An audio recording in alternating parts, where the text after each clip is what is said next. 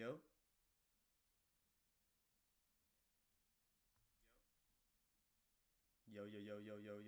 yo. You can hear me.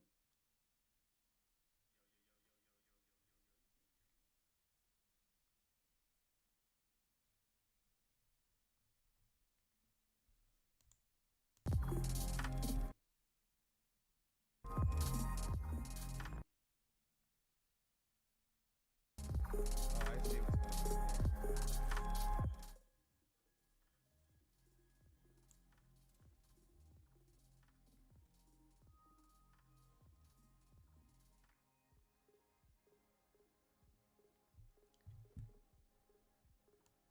How about now?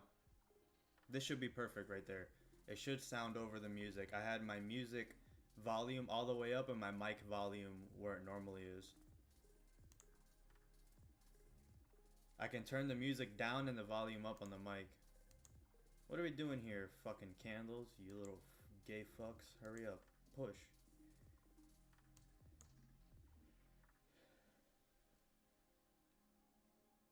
Thanks for letting me know.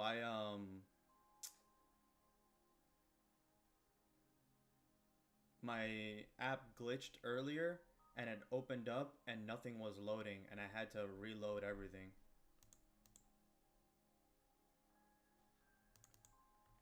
Looks like we really don't want to break this daily high, but we already came down and we retested this level like I wanted right on the 5 minute. But we did print late candle here, so could be getting a push down now. I would really like it for it to just continue pushing up. I'm going to keep my buy stops there. We have 20 something pips to the top of this range here. 30 pips to the top of the range. So I'm planning on closing a partial, probably like here at like 9 pips, and then letting the rest rock if we do re-break the highs. If not, and we do start coming down to re-break the daily lows, then we're probably going to see a steeper push down, and that's 40 pips. So I'm probably going to look for maybe like a pineapple somewhere here if it does get activated. But other than that,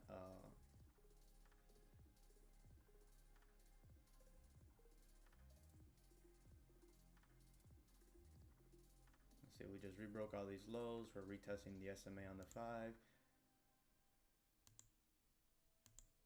Everything is pretty bullish. We just need to flip and re-break the high and take off.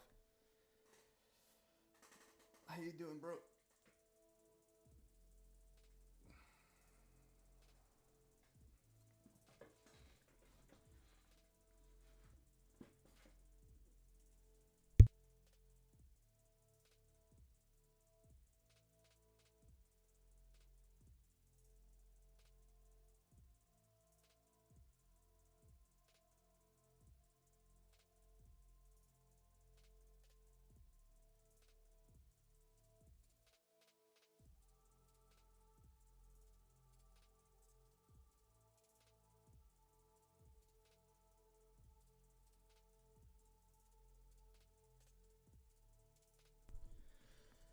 Um,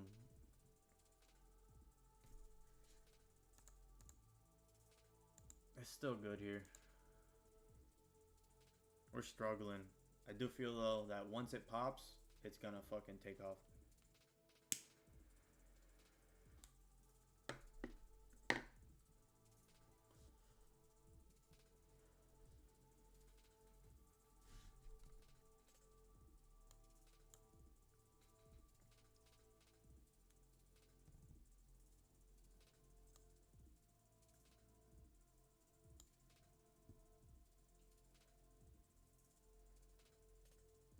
Wow, it's downpouring, and unfortunately that means that power outages can happen. So if my stream shuts down, it'll be, I'll try to get back.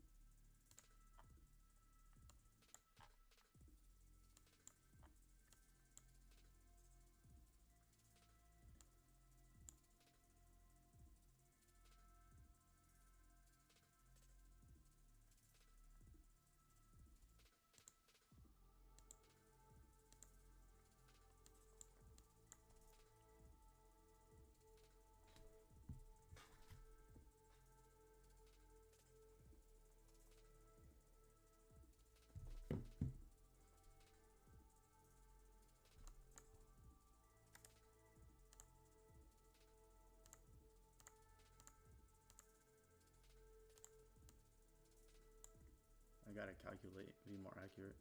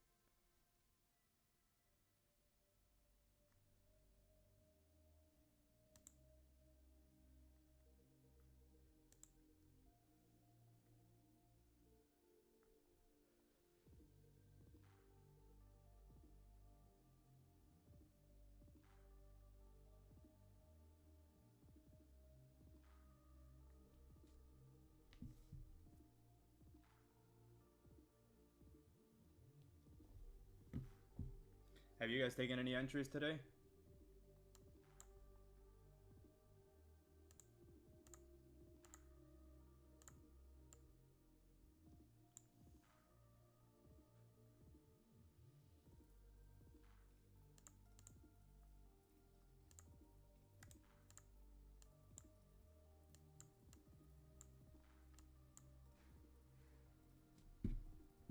Holy crap, it sounds like a hurricane outside.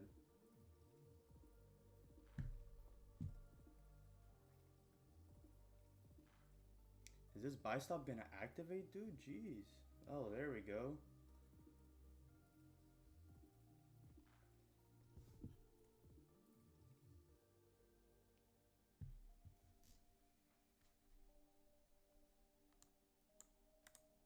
Huh. Oh, I never changed it.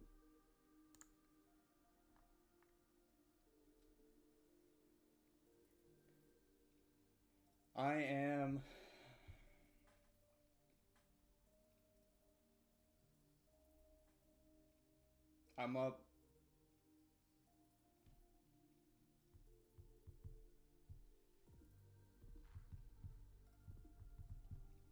35 pips for the day.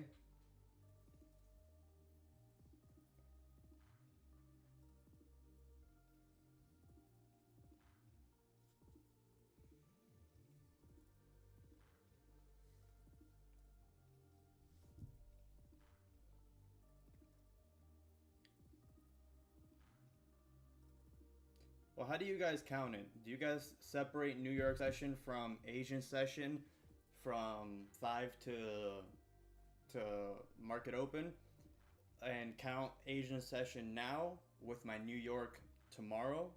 How do you guys count it? Or do you guys count my morning New York with my night Asian? Since it's the same day, I'm awake in the same day, you would count it as the same day. My broker counts it differently, but how would you guys count it? Because then if that in that case my number's different.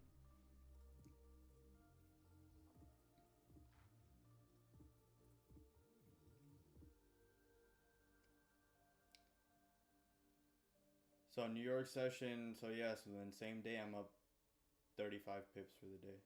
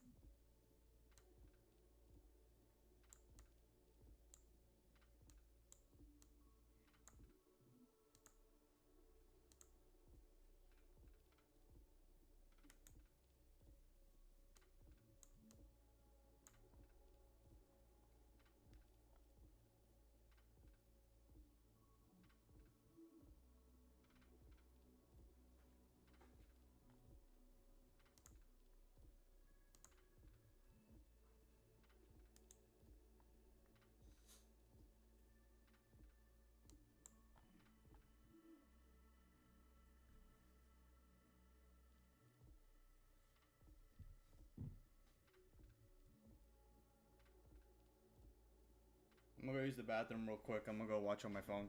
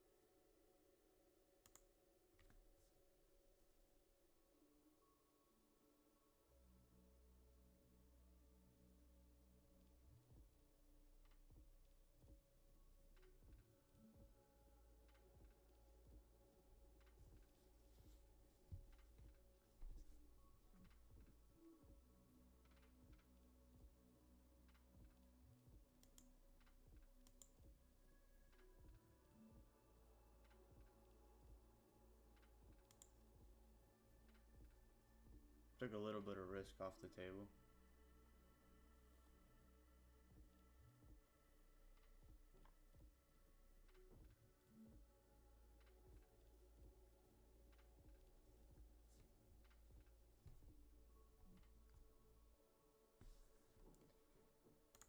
Let's see.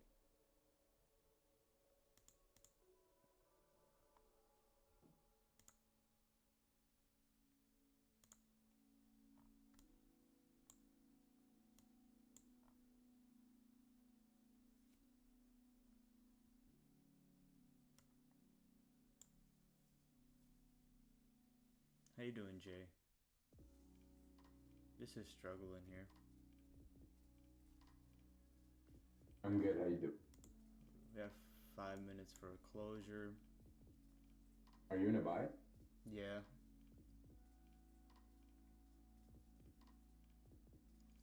I had my buy stop open for like 45 minutes.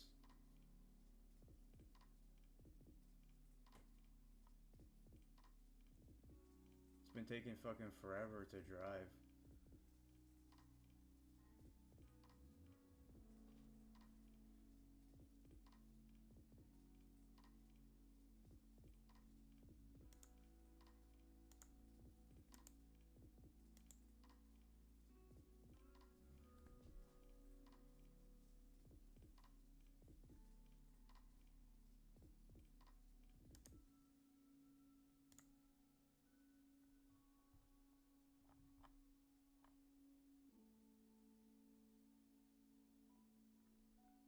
I want you to pull back to break even and then drive.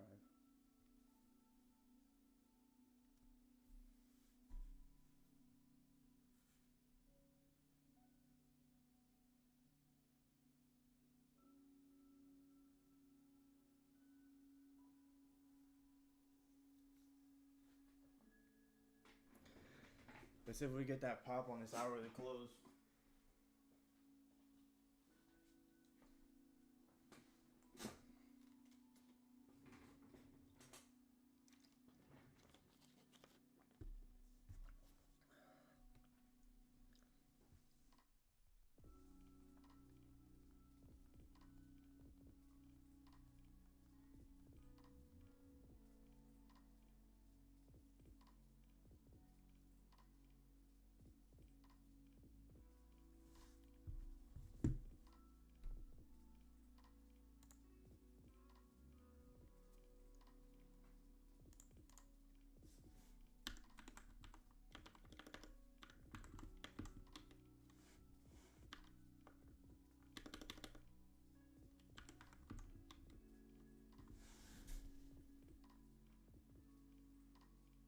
Let's update the stream record.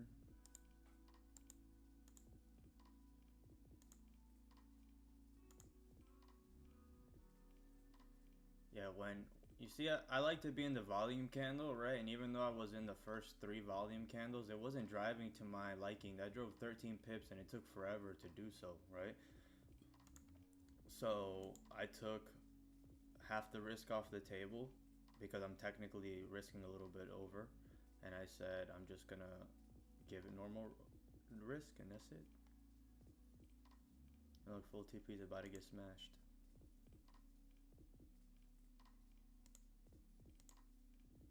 How you doing, Nick?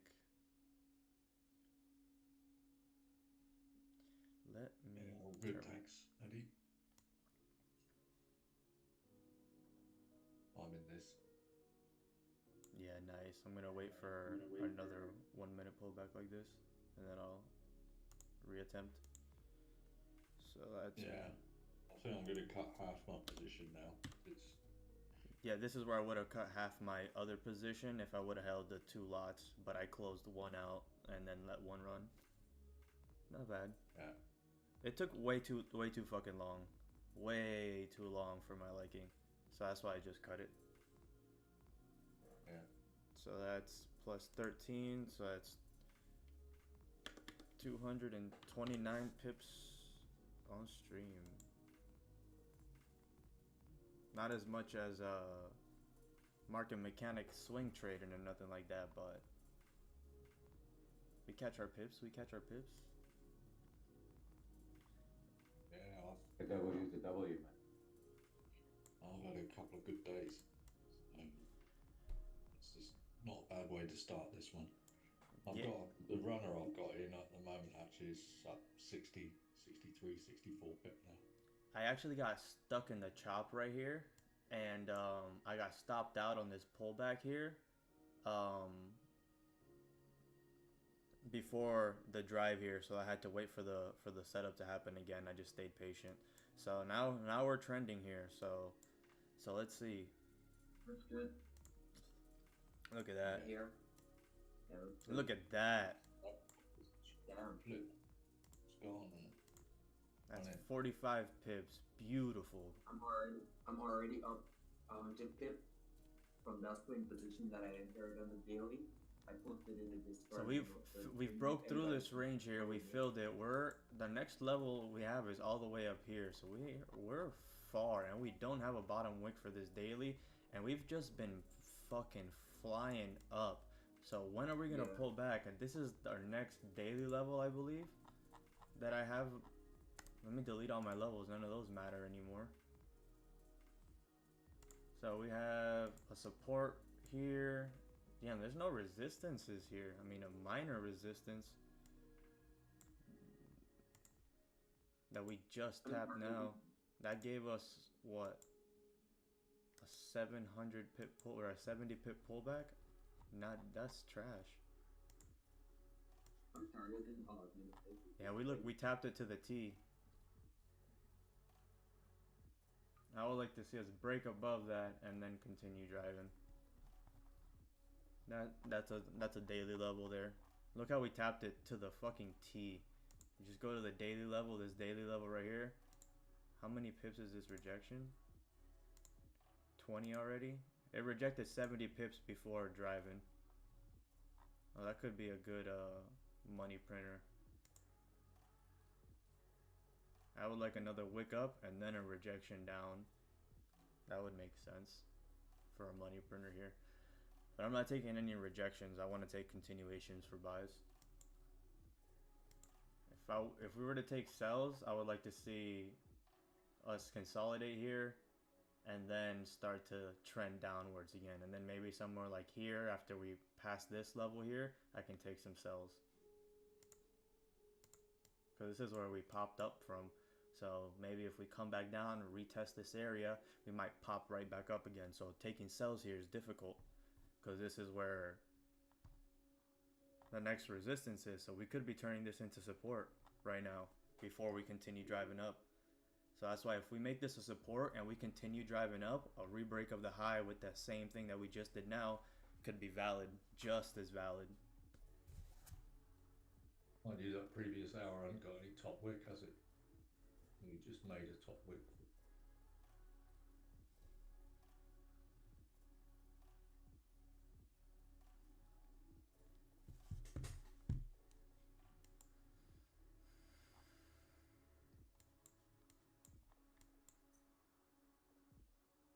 And the hourly was just closed. Yeah, this money printer would be a 30 pip stop loss in one candle. Holy shit.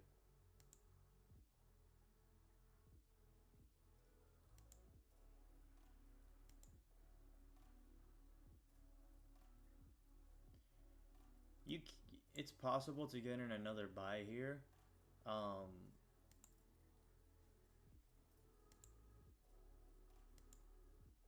But with the way that we're pushing, I'd rather wait to confirm that we're making support here, because you could take a, because like, see, like, what kind of entry would you be taking here? You can't be taking a bottom wick entry on the flip on the 30. There's no bottom wick. You can't be taking a 5-minute bottom wick entry. You can be taking like a 1-minute bottom wick entry for buys to continue up here. But to confirm that we're continuing the trend here, I want us to confirm that this is a support. So let's see what happens here. See, like, we can get a money printer right now, come down and flip bullish. That could be a decent entry. If this comes down, wicks down into these areas, you can take a bullish flip. That's not bad. The 5-minute would have created a bottom wick, and you're banking on this being a resistance turned into support before the flip bullish, right? And if it is, and this is the support, we're going to break through these highs and continue driving, right? So that way you wait for the setup to happen. You wait for the hourly just closing. This is no bottom wick on the hourly and no top wick. So we just created the top wick and then we started flipping. So that's why I don't want to wait for buys. If this wick happened here and now this pullback was happening on the new hourly, that would be much cleaner. But to confirm that we're not going to just plummet down for a massive hourly bottom wick because we don't have a good enough daily bottom wick, our daily range is still small. I want us to confirm that this is a support and to continue driving up and re-break the highs. And then that's when I'll take more entries. Because once we break that level, it's all, for me, it's just about confirming that we're still bullish. And then if we're still bullish, how can I take a continuation of the trend? The chart on Orlando doesn't have any top wick on that last hour. Yeah, on futures, price swings a little bit more in one direction than the other. Like, for example, last night, I had 50 pips within 2 seconds that I got off stream because everybody was trading Forex and my futures price was way different. 100% different. My price was still breaking the highs. Imagine if my price is still doing this and your price is over here doing this, coming down already. I'm still over here and you guys are already over here on this end. So like, market mechanic was like, oh yeah, this was the high, there was a beautiful entry over here, this and that. And I'm like, what do you mean? I'm still right here at the tippy top. And then I saw that everybody's chart was way different, so my sell wasn't gonna make a difference for anybody. So I got off stream and I took 2 more entries and I got basically the top here. I took a short. Once we pulled back again, I took another short, and then price still came back to my entry before plummeting down again. Where was last night? Today, let's watch it now. The 11th, so the 10th was last night.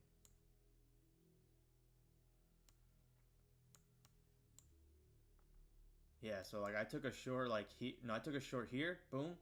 I closed here, and then I took another short here. No, it was on this one. Yeah, because it was the 3rd time that it would have still took out my entry. I took a short here. I closed out here. I took another short here on this drive down. This was like 2 candles. We put this screenshot in the Discord. I took this here, and then I closed. I was going to leave a runner, but it still came back to wick to my fucking entry and then drove down. So no matter which one of these I would have left a runner on, it would have still wicked my entry and took me out. Look at that. It still came back up to retest my entry all 3 times. If you notice, this was my entry. As soon as we came down, we had the pullback and the rebreak of the low. We came down, the pullback and the rebreak of the low, and we still here wicked up to that same entry.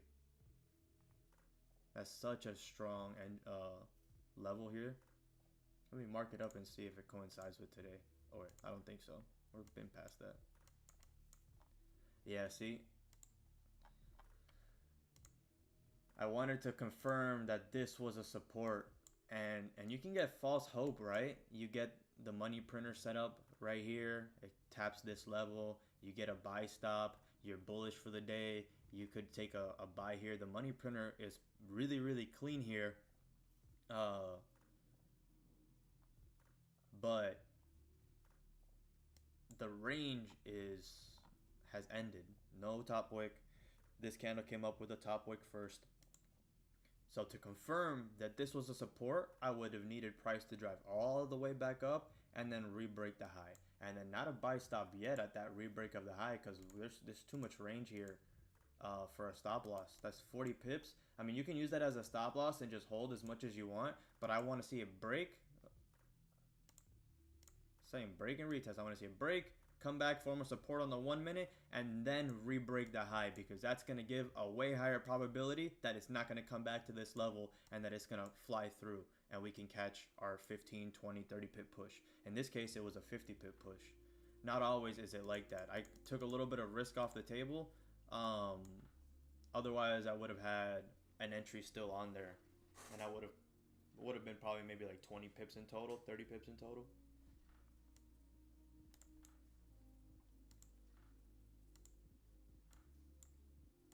So like in order to confirm that we're not going to make a steeper bottom wick on the hour, we would have had to continue driving up and re-break the high.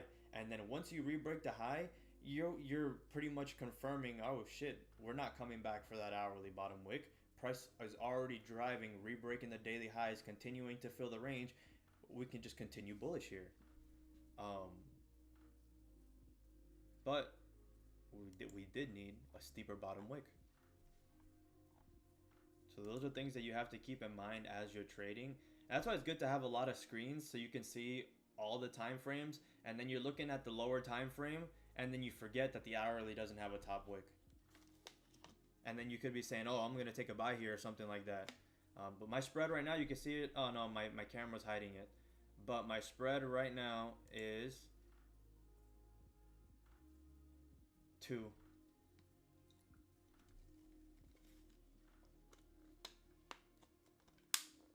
It's at the 55.4 and 55 or 55.6 and 55.7. So yeah, I have between 1 and 2. It's bouncing back and forth between 1 and 2 pip spreads. So like let's say I have a buy stop here, I wouldn't put it at the candle, right? I would put it 1 pip above the candle because I have 1 pip spreads. So I know if we tap it, it's not going to activate me, only if we actually break it. We're back to the daily open. The daily open caused a massive wick up, wick down, creating this little bottom wick, and then a drive up. If we're truly bullish, it might just come down to the open and just continue flying. And if that happens, we now have range for it to form a new trend on our way up and take buys from here coming up.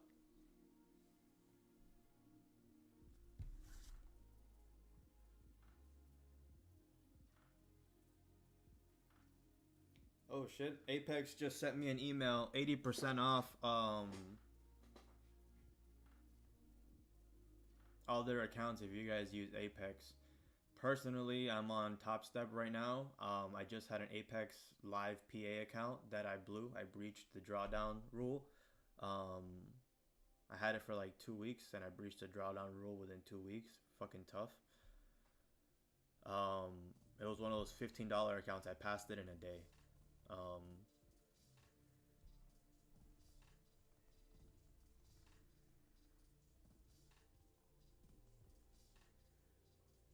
But 80% off is pretty decent. That's like a $30 account. I think I put in the description my code. It's like a weird ass code.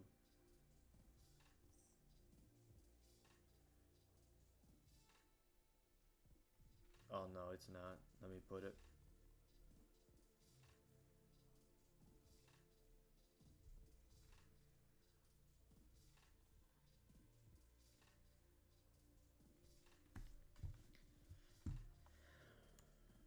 YouTube edit.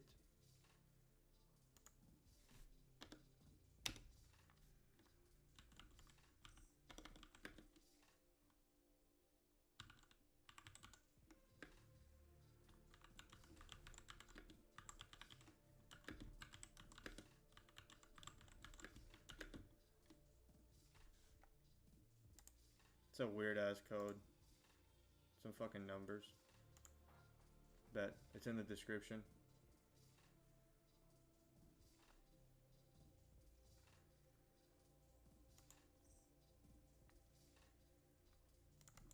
Yeah, it's worth it. The discount code always gives you the best discount that they have. So whatever promotion is going on at the moment, I would sign up to their emails if you use Apex. Like when they had the $16 accounts, that was a perfect day to go spend $100, get 4-5 accounts, and trade them and try to get multiple funded accounts. If you're trading the funded account, I know a lot of you guys trade your own capital, and whoever's outside of the US where you're able to leverage your capital very well, I applaud you. I applaud you because holy crap, do we need fucking margin to trade over here. In some circumstances, you need a minimum of $25,000 in an account to be able to day trade more than 3 trades in a week. Not in a week, but to close in the same day. Madness. And in other cases, they want you to have, oh, you want to open up a 0.1? You need $200 of margin. If you want to swing that 0.1, you need $1,000 of margin.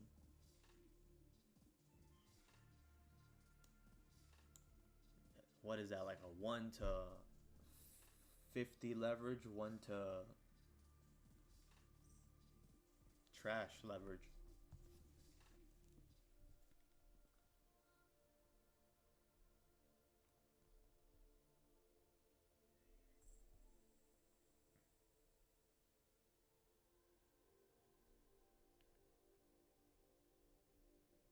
Yeah, Gene, that's for one GCs for one full contract. Yeah, so you need like $1,000 for one full contract. So if you want to trade one lot, you need $1,000, and the margin requirements go up during Asian session and London session, or just London session. I found that out because Stoic Jake, he's also a streamer. He was trading his boy's account. So his friend gave him $1,000 so that he can trade his friend's account on stream, and he tried to open up one contract so that he could risk. I think he risks like he was gonna risk like $300-400 of the account, and he went to go open up one contract, or sorry, he was gonna risk like $300 of the account per trade or something like that. So he went to open up like 3 mini contracts, and it wouldn't let him because overnight the margins go up like 30%. So if you need 1,000 during the day, then you need 1,300 at night. So if you're the type of person that you're like, all right, I trade with like 20 pip stop loss, 30 pip stop loss, and you have a couple $1,000 in your account, and you want to trade your one lot, you're not going to be able to swing that one lot. I think the swing margin for a one lot is like 10 grand or some shit. What's the swing margin for a one lot? It's some wild. Yeah, exactly. It's wild. It's outrageous. So if you're in the US side, the easier route is to get your strategy down, pass the funded, and then trade 0.2 to 0.3s on these funded accounts across 20 accounts.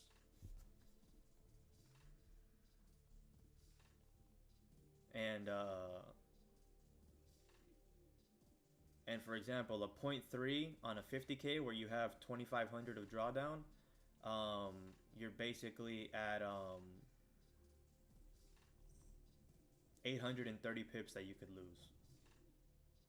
So that's a pretty good margin. So if you do a 0.3 times 20 accounts, you're basically trading a 6 lot. And if you're catching, like right now we just caught 13 pips, that's $600 every 10 lots. So that would have been like a $650 night across all your accounts. Maybe 700 bucks. Trading a 0.3. So you're on your screen, you see 30 bucks on one account, and then you're like, multiply that by 20. So that's the good thing about, and then you take that and you deposit it into your live account. You don't take that money and you go spend it on fancy shit. You take that, your deposits, your 2, 3, 4, 5, 6K deposits every couple of months. And like, for example, like Huss, he's got like 50K in deposits in the last year. And he's still working his day job, and that's 50K on just one firm. So he's probably made more money across other firms. So you're like, oh, 50K, I could quit my job with 50K in payouts. But why would he quit his job with 50K in payouts when he's trading on firms where the money's not even his, and they can shut down any day now, ruining his income stream? So he's going to keep his job until he has like a 100K account, and he's able to secure his 1 to 2% trades every week and withdraw from his own account. It's like what Jonas did. He saved up for years working as a trash guy, picking up trash, dumping it. He deposited money into his live account. He had a couple of funded accounts, took some money, put it into his live account, and now a 1 or a 2% or a 1% day or something like that for him is like 500 or 1,000 bucks. So like last month he ended up 6%, so he was up $6,000 for the month, which is more than what his job was giving him. So like then you can quit your job. But it took years of him saving up income from trading and his job to put it all into a large enough account to be able to, you know what I mean? But you don't want to waste your payouts. You want to save them and keep working that job. No professional trader, especially not ones that I know, only have one job.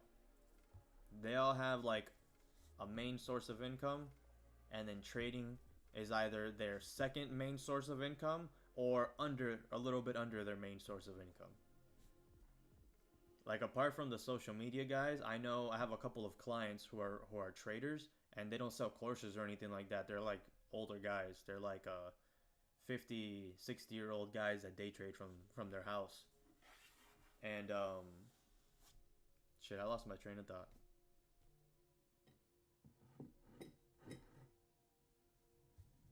Damn. My girlfriend sent me a message, and it immediately cut my train of thought in half. It literally stopped it in its tracks. Holy shit. And you know what it was? All she said was, I kind of want Chipotle.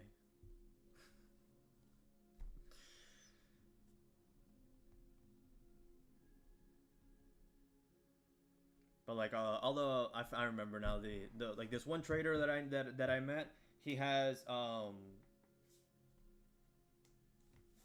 few laundromats. The laundromats are on the side, and every time that I go do maintenance at his house every 6 months, he's sitting there watching the markets. He's got his 4 screens, and he's just sitting there trading. And then he's got a few laundromats on the side.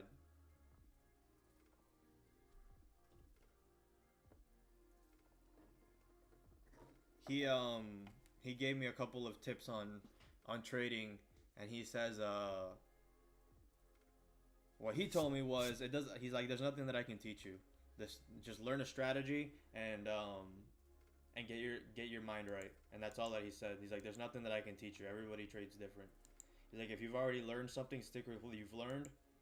If you haven't learned anything, I can give you some resources, but just stick with what you've learned and just get your mind correct.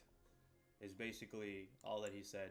He doesn't like to talk a lot. He's like he's not Russian, but he's like from somewhere out there with like one of those accents. The other trader, he manages a hedge fund. The hedge fund has 20, or they dropped. They had 21 billion. Now they have 19 billion under management. 19 billion.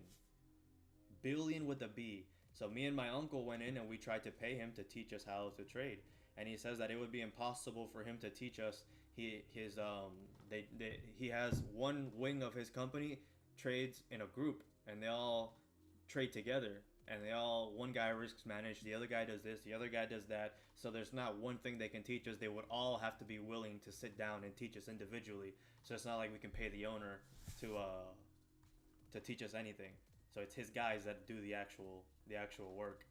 So they're not willing to do that. These guys have 21 billion under management. They're not going to take a few thousand from us to teach us anything. Let's see if I can show you guys his garage. I put it on stream before, but this is the wildest shit you're ever going to see.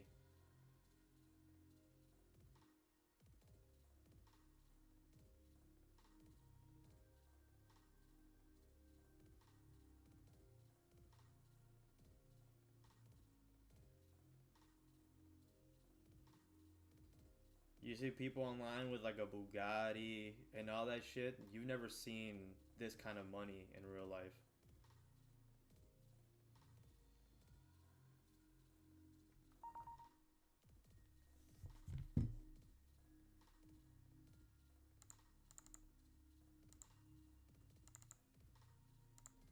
Where's it at? Oh, right here.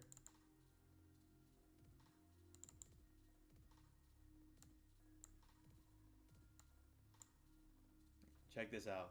So he's got a 1965 Mustang here. So this is all a garage. 1, 2, 3 car garage, all air conditioning. I did the full build for this. I did all the air conditioning, everything. So I was here before all this was built. So look at all these cars here. These are 1965 Mustangs. These are Camaro SS's. This is another green Camaro. He's got another Chevrolet up here. He's got a Corvette here. He's got more Camaros over here. This is his newest one that just came out of the shop. So he's got 1, 2, 3, 4, 5, 6. Look at this. This is what real money is. This is 19 billion under management. So you can only guess what his percentage is. Like even 1% a year of that he puts into his pocket, that's a lot of money. He probably makes like 1/4% of all the income a year. 1/4% of 19 billion under management, that's insane. Camaro SS, look at this. I have to take my shoes off to walk in there. And you're like, oh, but they're just cars. Yeah, I gotta take my shoes off to walk in there.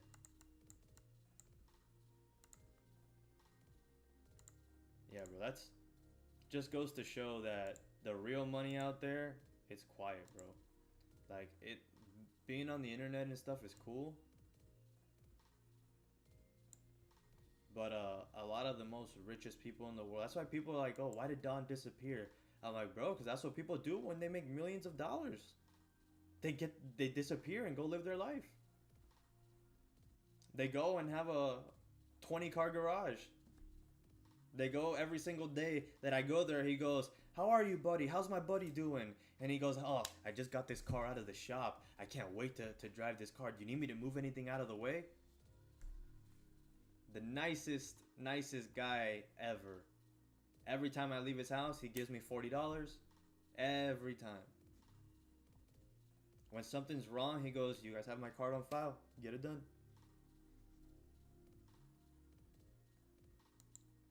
Self-made. He started, his parents were hillbillies.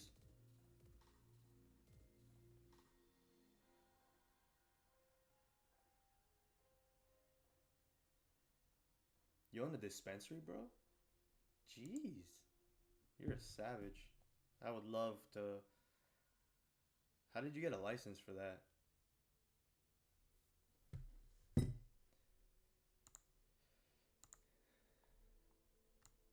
So what I'm thinking is the volume is delayed on my end. Because, right, this wick up and now this push down.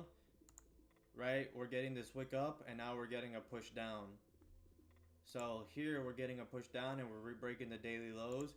Here we're getting a wick down and we haven't re-broken the daily lows yet. This actually retested the daily low. So if this right now comes down and re-breaks the daily low, then we can say that the futures chart is a little bit delayed behind this chart.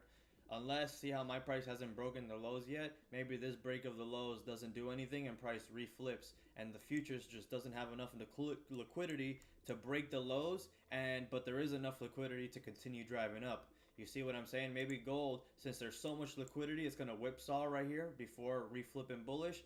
And here, since there's barely as much liquidity, it's just going to stay still. And then eventually, when the buy orders come in, it'll start driving up with gold here. So that's, I'm trying to figure out what's going on, what's the correlation between the two, and how, because like last night, I took a sell based off of here, and it actually resulted in me catching the top here.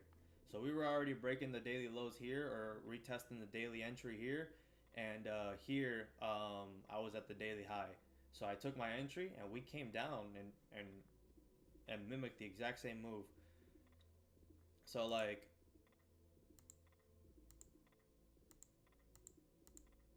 yeah, see this drive down is steeper, but it's still to the same level as here. You have a level here. You have a level here. We're at that level, breaking below, re-breaking the lows. And here, we're about to come down and break those. So yeah, this move here might be delayed. Are we re-breaking the daily lows here? We are. What's going on here?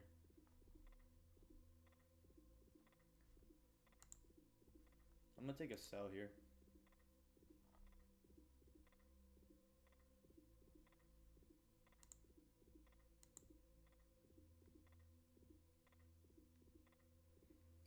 It's a little risky. We have 10 pips to the break of the lows here. We're starting to scoop here on the 5-minute SMA. This is where my stop loss would be.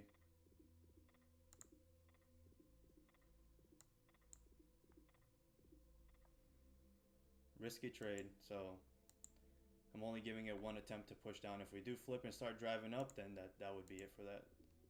We don't really have a nice bottom wick here, so.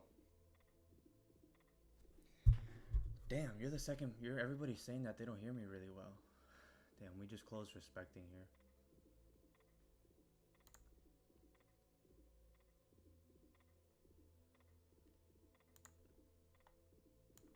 How about now? YouTube volume's very low. How about now, guys? What do you hear now? Do you guys hear me now?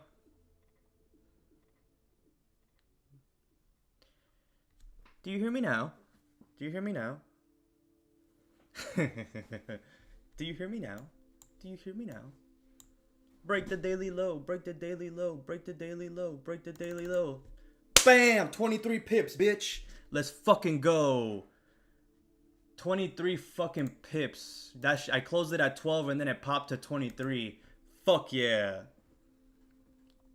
It was a risky trade. This pullback made me shit my pants a little bit, but I trusted the higher time frame.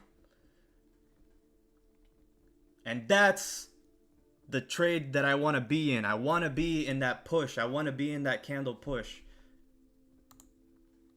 Beautiful, beautiful, beautiful. I lost 13 pips earlier in the session. Sorry, I lost 20 pips earlier in the session. I made back 13 and now I made back 23. So now I'm up like 13 pips for the session.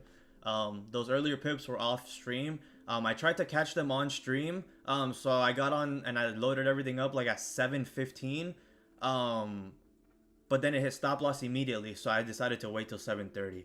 You guys are fucking savages. I wouldn't have held that trade, to be honest.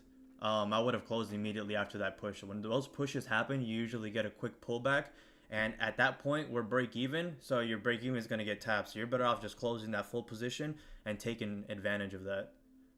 So that's 13 plus 26. That is 40 pips for the session.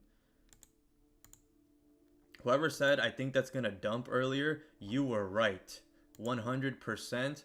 And all that I was banking on was one more push to the upside, another rebreak of the high. We were still trending here, trending from the bottom all the way up. So in order to break here, I really wanted to see another push up before breaking. Why doesn't it let me log in?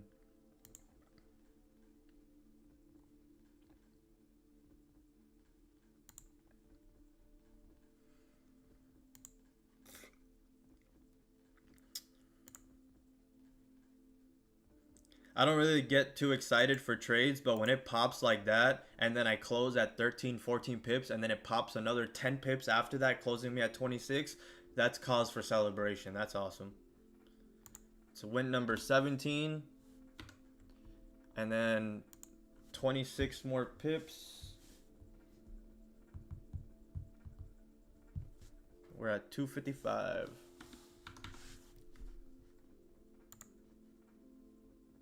So that's 17 wins and 3 losses and 13 break evens. I have a lot of break evens, and a lot of those break evens end up driving my direction anyways if I just hold a little bit of drawdown. So that's why I'm journaling a lot of my trades and holding a lot of my trades for a little bit longer than 10 pips, because I know that a lot of my trades are still coming and hitting my TP or the 20 to 30 pip mark when I'm scalping. So I've been holding for a little bit longer than 10 pips, or to at least till we fill a certain range, because almost every time it's been doing it. It did it earlier on the buys, it did it now on the sells. I wanted to re-break the daily low, and we came down, we retested the daily low, and that was the exact TP that I was looking for. So all of these times it's hitting the TP that I'm looking for, which is within 20 to 30 pips. So I've been holding for a little bit longer.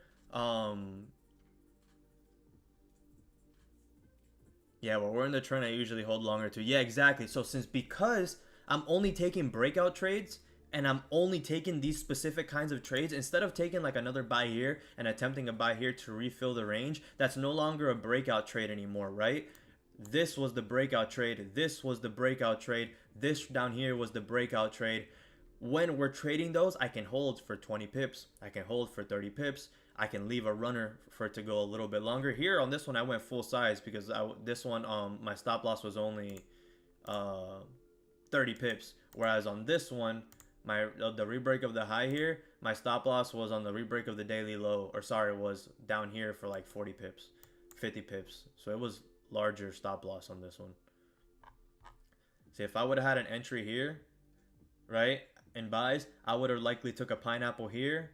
Price would have, let's see, that would have been down 40. It would have came up 24, so I would have been down 6 pips in profit. And who knows, I might not have closed this trade out minus 6 pips in profit. I might have said, okay, minus 6 pips, we might be rejecting here. We might have another chance because we wicked up twice. So see how you can get faked out here on the 1 minute, and you could be taking pineapples and buys on your way up here. When price is downtrending, when you're making that wick on the bottom. So you really have to, damn, Forex dropped 100 points. Well, yeah, I mean, I took those sells based off the fact that Forex was already dropping. Based off the fact that Forex was already dropping, we were already about to re-break the daily lows. I manually took an entry right here. So this is a breakout trade of this second leg down. So we made a low, we came down, and we're about to re-break the daily low. I looked over here, and this price is driving, breaking the low. So I took this chart as a future prediction of this chart, to be honest. So I just continued the trend. Price was coming down. We were scooping on the 5-minute SMA. We were fresh into the scoop. Usually when you scoop here, you always get that push. So where my entry was, the scoop was happening, so we should have gotten a push there, which we did. We retested the daily lows, and that's where we got out at 26 pips. You caught 90 pips on that drop. You're a fucking savage. That dropped 90 pips for you. So the same 26 pips that I saw, you saw 90 pips on that same moment? Bro, I closed at 27.05, and I was in the trade prior because Wix sent a signal. You know what? It says it's gonna drop, and I was in at 27.16 or something. Bro, And I caught most of it and then retraced. I didn't catch the rest of it when it dropped down. I see different numbers than you, but I'm on gold. But and then it dropped down to 2,700. I didn't catch those, but yeah, he said to lock in, and I just stayed in there. He said it's gonna drop. His spread was too high, but obviously I trust his judgment, and I just stayed in there. And I just saw funds just explode. I was like, wait, what just happened? And then I saw that, and I was like, all right, bro, I'm closing, and I caught 9. fucking pips. You're a And savage. that's, you both taking a position at the same time. It just gave me all the confidence. Bro, so Wow. that's twice tonight. Both entries that I took tonight on stream, the Wix called that sell signal, and the buy that I was in earlier, Don called it at like 30 minutes after my buy stop was already there floating, waiting for it to activate. I took the same trade that both my mentors took to the T, to the fucking dot, exact same entry. That's insane. Before this breakout here where I had my buy stop floating here, Don said buy now. He said buy now. When he said that, I was like, holy shit, what's about to happen right now? What is about to happen right now? He said buy now. I get free signals from Don because I'm a mod, but I don't get any from Wix. So that's good to fucking know that Wix called that same sell, bro. That's wild. Yeah, bro, Don's still on the grind. So new buy order at 7:59. And if we go back to stream, if you just scroll back like an hour, at like 7:30, I already had that buy stop there. Yeah, at like 7:30 here. Once we were coming down here, I already had that buy stop. So like half an hour before he even called the trade, my buy stop was already there floating. That's fucking wild. That makes me happy that I'm seeing the exact same thing that my mentors are seeing. That we're taking the same entries, we're taking the same sells. That same buy push that Don got here, I entered the same one. The same sell push that Wix got here, and I'm not in, and I am in Don's signal channel, but that's wild that happened, and that I got in 30 minutes before he did for the same push. Yeah, I closed at 13 pips on that one, and Don closed at 25. So that's for some of you Don haters out there. He had 4 entries. Sorry. And that's 23 pips each. So basically 100 pips for Asian session, and he's done for the night. Yeah, I don't think anyone here out of the 21 of you guys, I think you're all savages.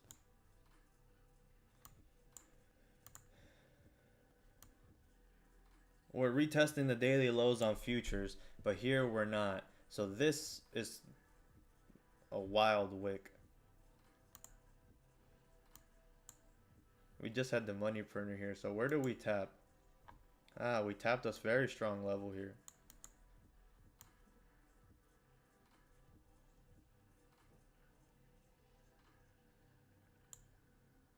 If this were to be the high, where would we be rejecting off of?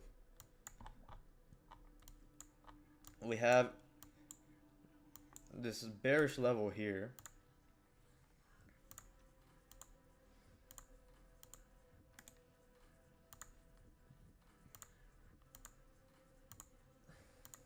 How do you make it extend to the fucking right? Oh.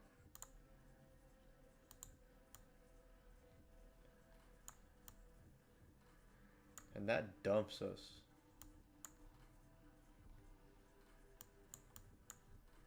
And this is just a support here across the board. So for buys, I would have to break above this level to be confident. Yes, and so we're just rejecting it like a motherfucker here. So we have an hourly closure coming up. I know we also have a 15-minute closure.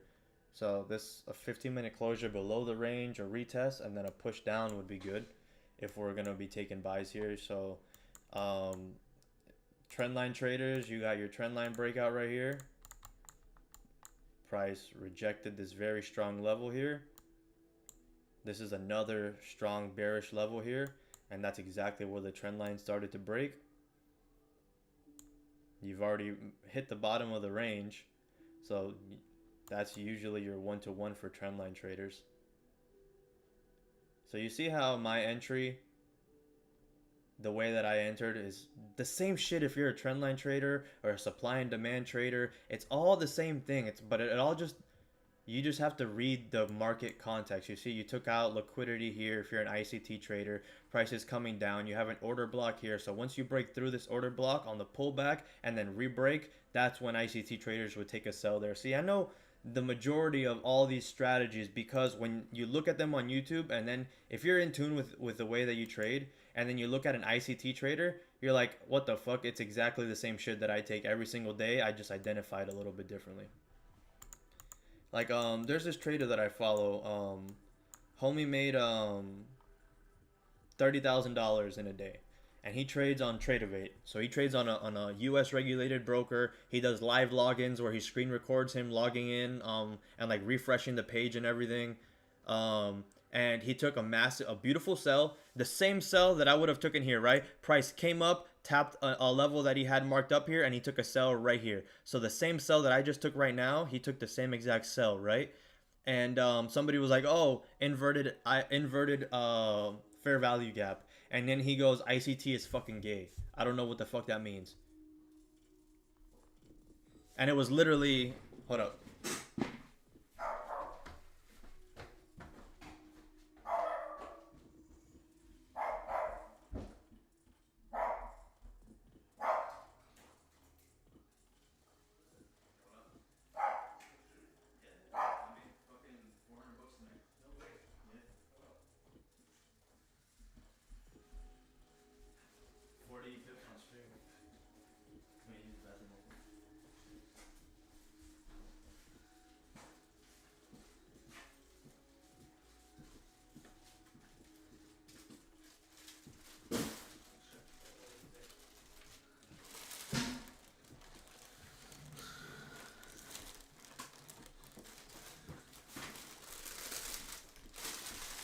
Yo, my cousin just came with a special delivery.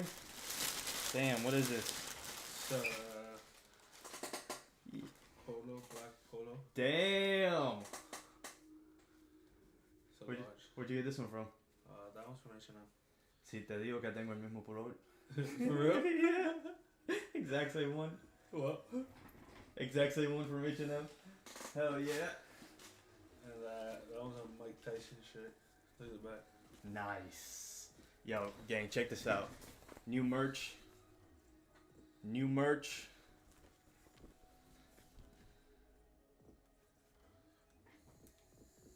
New merch. Oh shit, there's a... Yo, merch.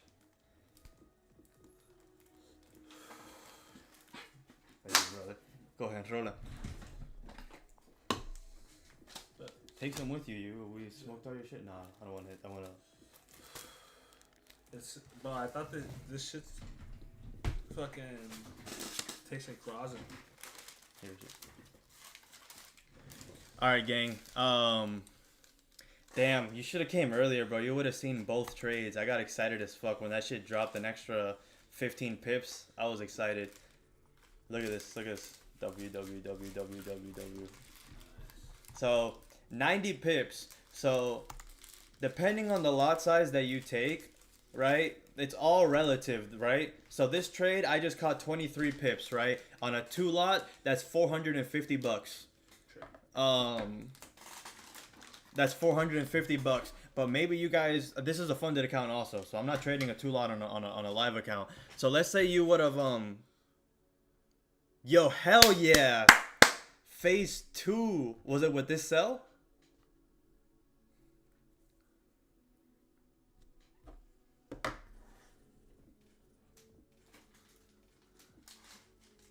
But what I was saying, so tonight we've caught 43 pips, right? Or 40 pips or some shit like that. I don't even know. Hell yeah.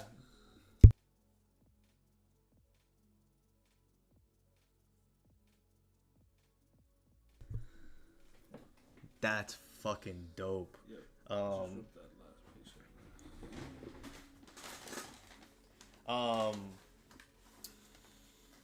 Just dump it and then you can break it.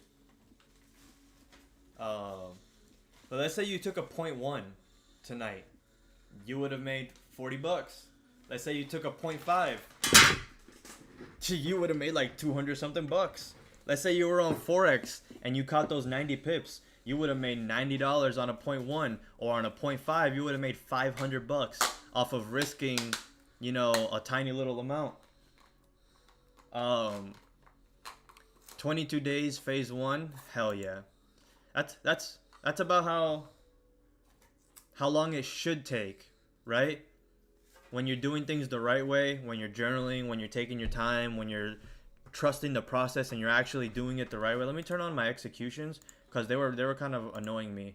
But now we can show the new like 10 viewers that are watching these banger dubs.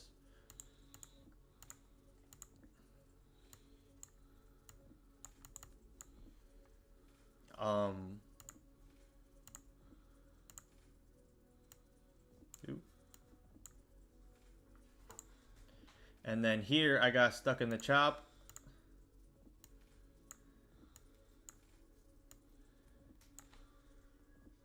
Stuck in the chop.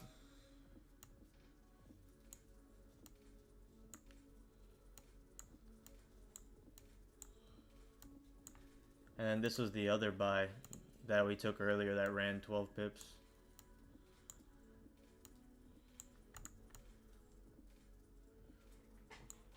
I don't remember.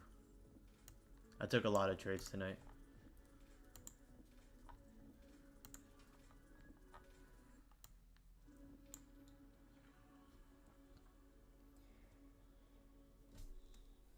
Yeah, what's it called? What does cap mean? Cap means you're lying.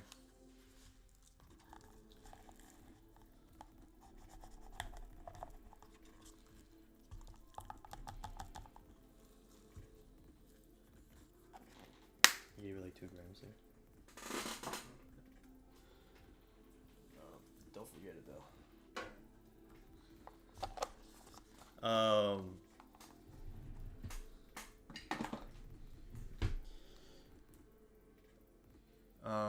What was I gonna say? So, this is a very strong level here.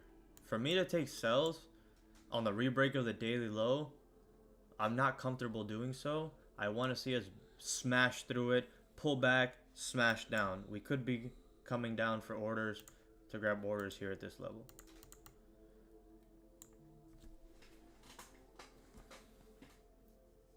A new Apple Watch connected to my Wi-Fi signal, bro. Get your broke ass Apple Watch out of here. Me?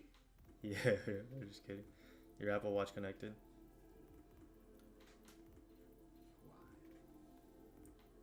Yeah, I get a notification, bro. My neighbors got on my Wi-Fi, bro, and that motherfucker screen shared his computer to my TV on accident, and that's how I found out. The same ones I walked into?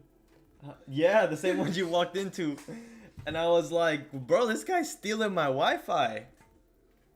Because he figured out my Wi-Fi password.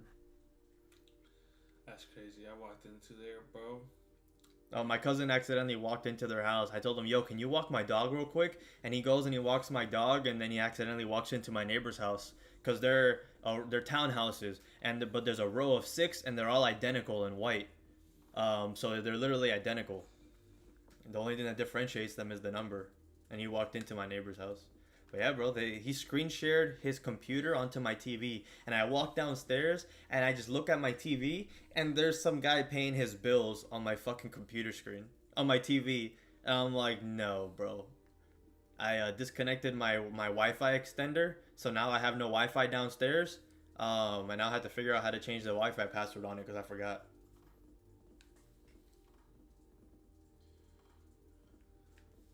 Now he can't get to my Wi-Fi anymore, but ain't that some fuck shit, bro?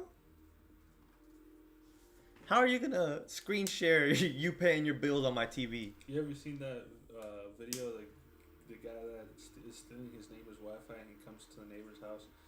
The neighbors weren't recording, and he's like, "Oh, why'd you turn off your Wi-Fi? Like I was about to win. Like I was about to win the level to this game." GC1 is the gold contract on gold futures. The same thing as XAU USD. The price movement is similar but not the same. So, for example, this sell that we just took right here, my mentor who trades on XAU USD also took the same sell. But him, on one hand, he had a fucking disgusting 100 pip push, and me, I only had a 60 pip push, right? So that's the little bit of the difference. But for example, let's delete all of my drawings and let's go to XAU USD. Look, it looks similar.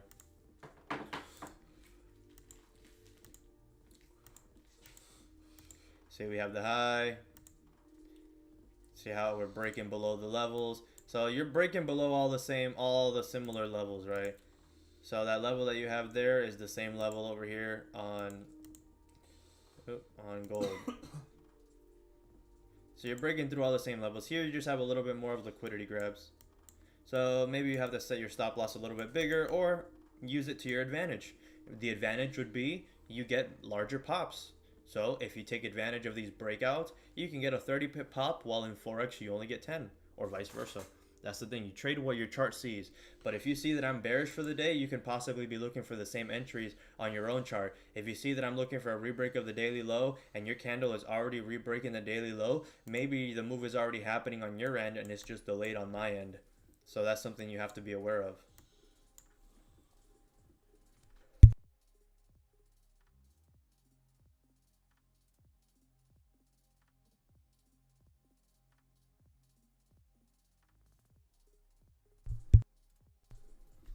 So you have to pay for this contract because this is a futures contract and the data on this costs money. So you would have to be paying a $5 extra monthly fee or a $3 extra monthly fee on your TradingView add-on to be able to get it. But since I'm trading on a funded account on an evaluation right now, they give me the data for free. On my live futures account, I pay $16 a month or $12 a month for the full data.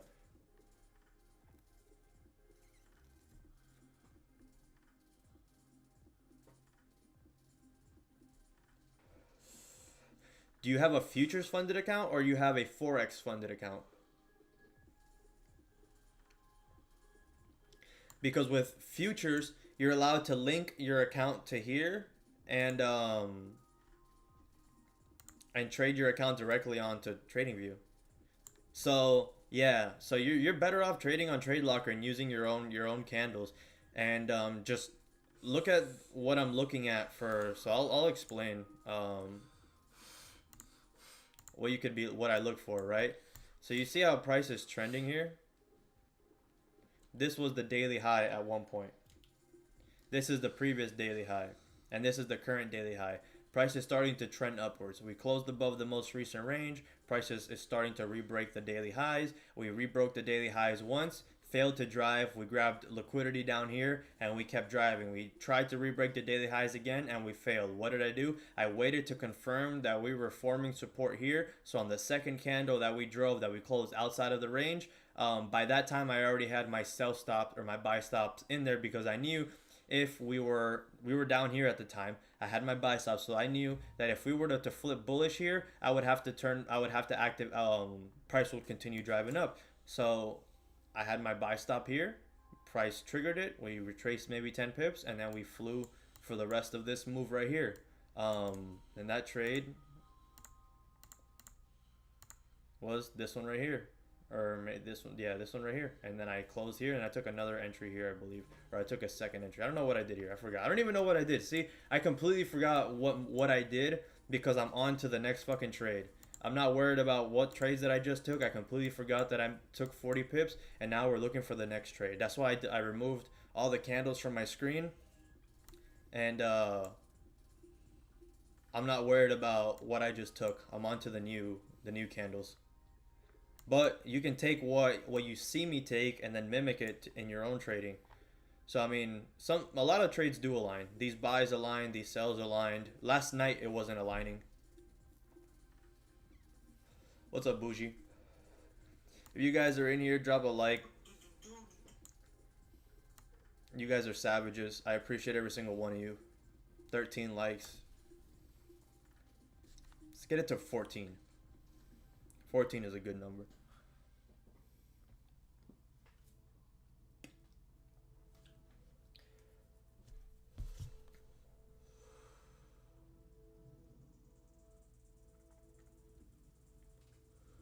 This is the guy that made $35,000 today trading on a live account. There's a guy that put him on YouTube that goes, see, this is why you can't fake anything in futures, because there's a an order book. So every buy that I take gets processed in an order book, and if you're paying for the live data, you can see the order book, and if somebody places a 20 lot, that 20 lot will appear on the order book. So this guy was popping like 100 lots, like 30 lots at a time, right? And they're like, yo, this guy's orders are not popping up on the screen. He's faking, he's a fraud. And then he had to screen record and say, look, when you market execute a 20 lot, it's gonna give you maybe 10 different executions at different orders and then average them all together. So right now price is at 2750.9. You might get one at 2750.09 pips off, and then you might get another one up 20 pips, and then it might, do 5 lots over here, 2 lots over here, 1 lot over here, and it'll split your 20 lots into a bunch of small orders so that it can secure the closest to the average price where you're market executing from, right? So he showed that when he entered a 20 lot, it opened up like 10 different positions, all like 2 lot, 1 lot, 1 lot, 2 lot, 5 lot, 1 lot, 2 lot, that added up to 20 lots because it was a market execution. So it splits up all your orders and it fills it at a bunch of different prices to get you the closest average price to where you market executed at. So you might get an entry up here, you might get an entry down here, you might get another one up here, and then if after getting 5 entries up here and 5 entries down here, it averages out to the middle which is where you market executed at. So that's what it does to get you the most accurate market execution when you're entering large lot sizes. So like he literally shut people up immediately within 2 seconds. So that's the kind of trade that you want to see. Somebody who does it live, no questions asked. And then when they're like, yo, there's some discrepancies in your order books, like, brother, you have to understand how futures work. Nobody is in the market, not many people are in the market ready to buy a 20 lot on the other end. If you're pressing sell, somebody has to buy. Not many people are doing that. But there is a shit ton of people buying 1 lots, 0.1 lots, 0.2 lots. And then that's the people that are filling your orders.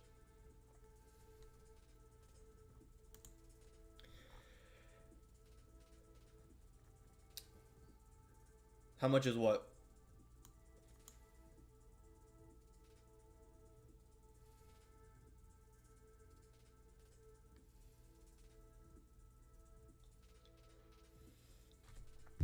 If you're gonna open up 20 lots, you need $20,000 in your account to open up a 20 lot.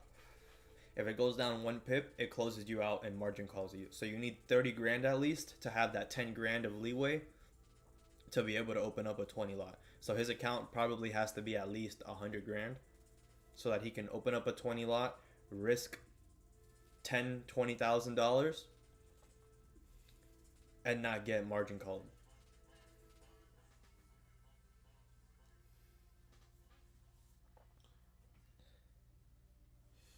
I have not tried Top Step X, so tell me about it.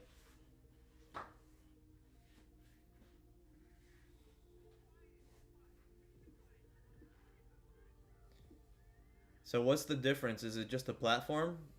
Can I still trade it on TradingView? Or do I need to trade it on Top Step X platform?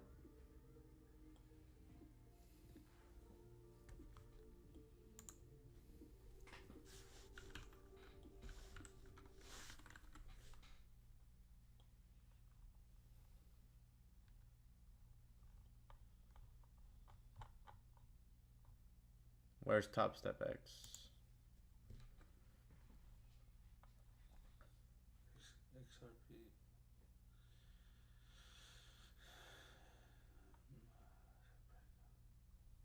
Where are the rules?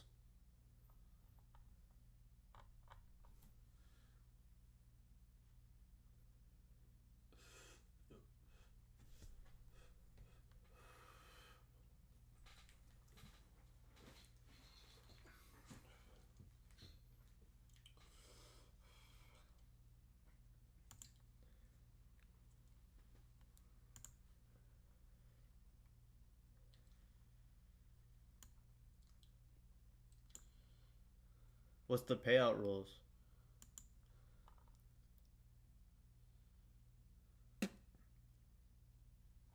Ah. Oh, that's similar to what TradingView is trying to, or what Apex is trying to do. They gave me like 3 free accounts if I wanted to use their new platform, but I don't want to use their new platform. I'm good.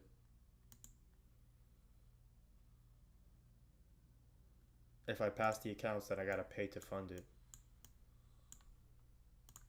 Why don't you just give me free PAs, buddy? What's up with my...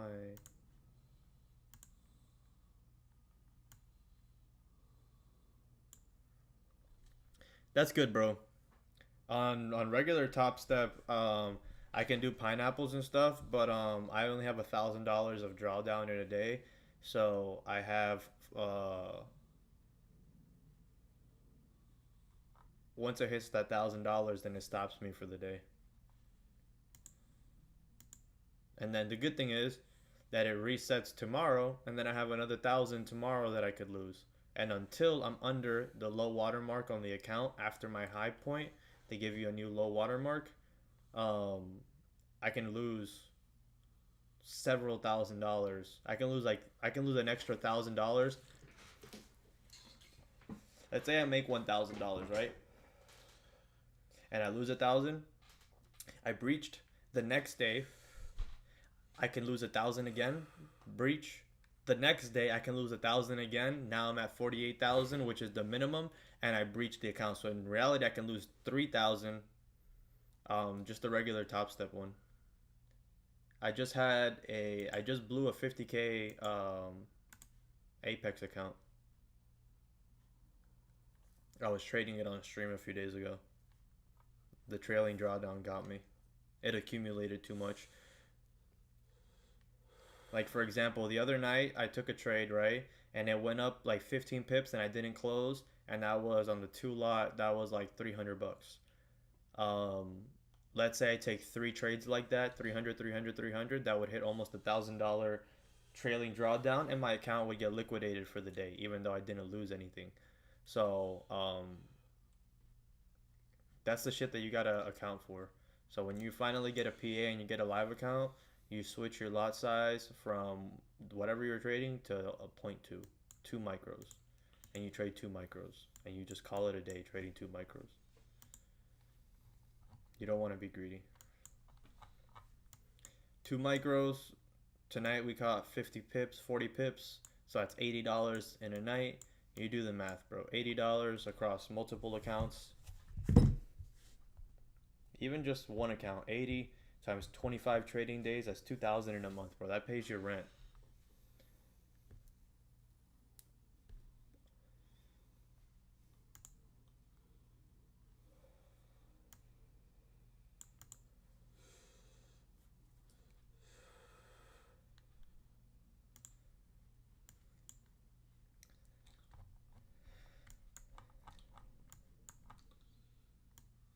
Yeah. Let's see what we can do here. Let's see what we can do here. Let's see what forms.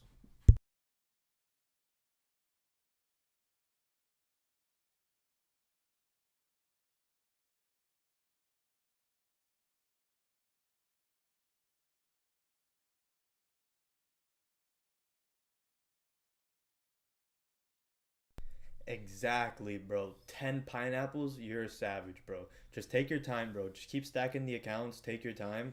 Um, at one point, I had like 700,000 in funding, but your boy gets fucking greedy. You see the savage trades that we catch. It's hard not to overdo it when you're catching these beautiful setups, and you just want to continue catching the setups nonstop. You know what I mean? Damn, this was a setup here. I'm talking and not even looking at the charts. How many pips was that? That was 10 pip push already.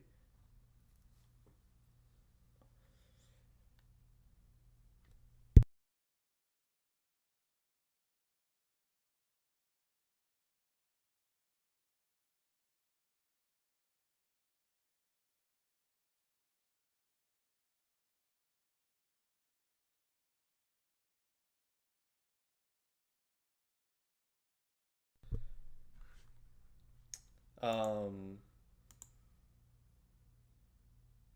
yeah, bro. Once you have your buffer, yeah, bro. Yeah. You're doing it the correct way, bro. Everybody I know with big Apex payouts took like 40 days to get their first payout. 40 days to get their first payout. And people are like, oh, I want to make $1,000 a week. Bro, take your time, dude. Like, Don Vo traded for 5 years before he made enough profit to finally buy a supercar. So 5 years profitably before buying a supercar. So he was by his first year where he made enough to pay his yearly salary. Then the second year when he got on stream, and then the consecutive 3 years after that. So within it took him years of profitably trading before he bought a supercar. So stop trying to rush the process. Take it slow, gang. Take it slow.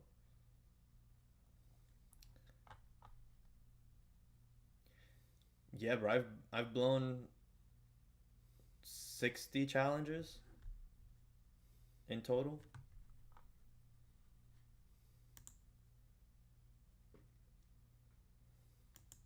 But they're Apex challenges, right? And Top Step, they're cheap. They're not like $200 Forex challenges either. If there were Forex challenges, I would have taken them more serious. I literally trade these Apex accounts with 3 losses. I risk 1,000 per trade. You know what I mean? If I take 2 losses, the account's gone. But if I take, like a 6 or 7 win streak, I pass the account. So that's how I treat these. For me, buying another account isn't an issue.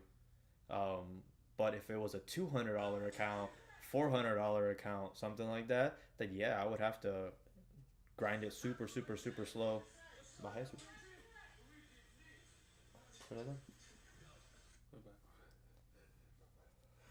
Now my mic is a savage. I had to turn the volume all the way up. It'll catch every sound. Alright, so we just had a closure below the range, right? The hourly has flipped barely a top wick here, but yeah, let's see. We have no closures outside of the range yet. No higher time frame closures, right? We only have lower time frame pushes. We have no higher time frame that's closing outside of the range. So let's wait for this 15-minute candle to close in the next 5 minutes to see if we're going to confirm a closure outside of the range. Maybe we can get a pullback and then another push down on the next trend downwards. The only way that I can take more sells without that would be a higher time frame closure to continue down. So I just got to wait. I want to wait for a higher time frame to close to confirm that that we're going to continue coming down, because this could very well just be the bottom for today.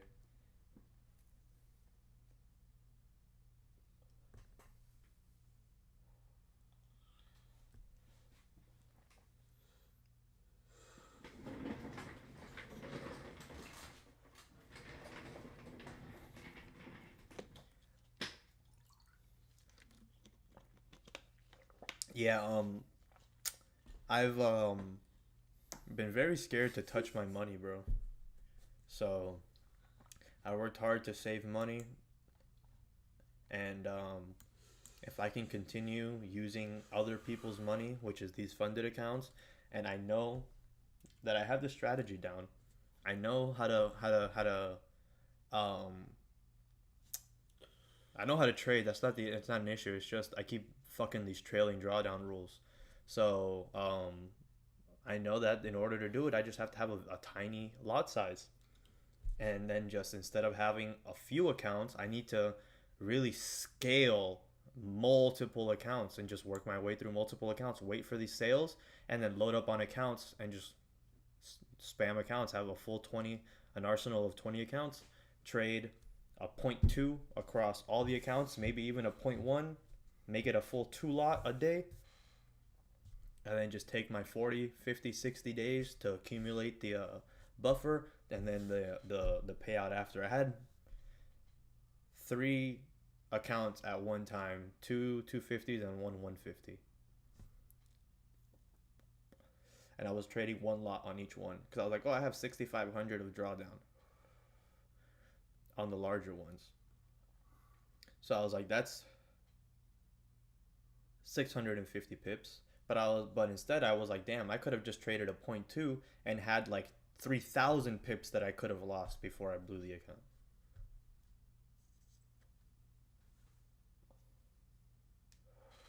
And to catch 3,000 pips, let's say a session of like 40, 50 pips, 50 pips a session. So you catch 20 pips in the morning and another 20 pips at night. That's 60 trading days. So that's 3 months of trading. And you have your $6,500 payout, or sorry, and then you've hit your what's it called, your minimum threshold to get paid, and then you can withdraw a quick 500 across your 20 accounts. And then after 3 months, 500 times 20, that's 10,000. That's 5,000 each month. There goes your nice little salary for you being patient.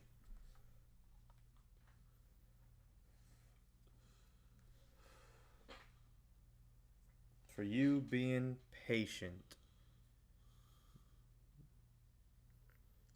Market Mechanic teaches me a lot of patience. Yo, Market Mechanic has put in his 2-week notice at his job.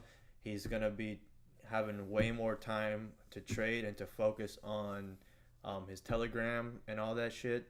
So stay tuned. He's still trading Mondays and Thursdays. But what is it? Your Telegram, you guys are gonna be seeing a lot more action now that he's gonna be home the majority of the time. So you guys better load up on that shit, cause 4,000 pips in 2 months, that's wild.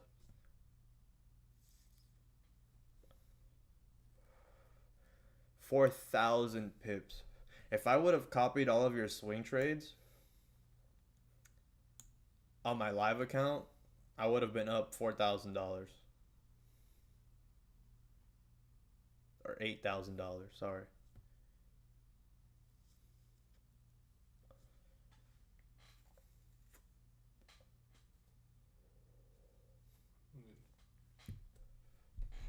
Can we have some water? Por favor.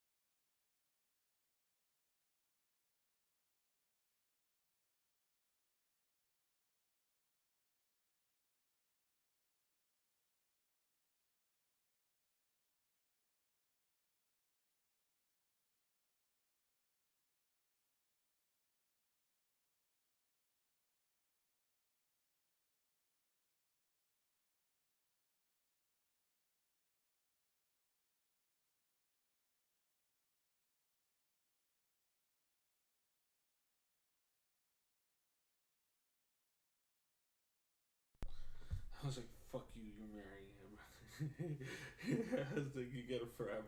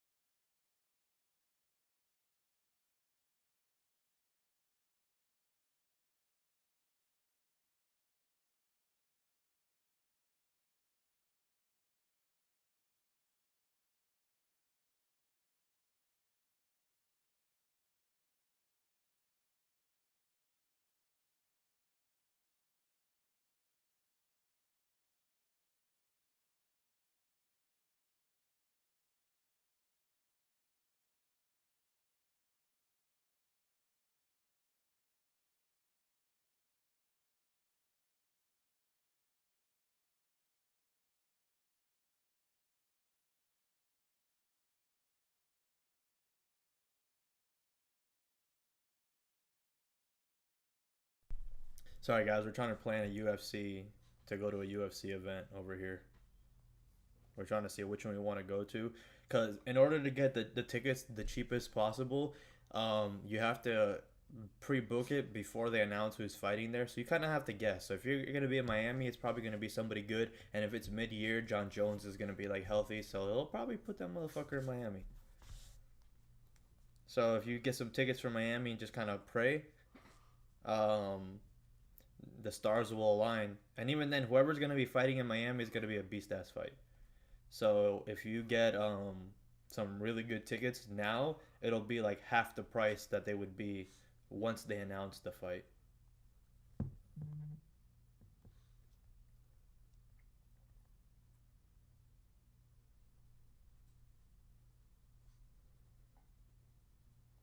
Oh no, nothing's available yet.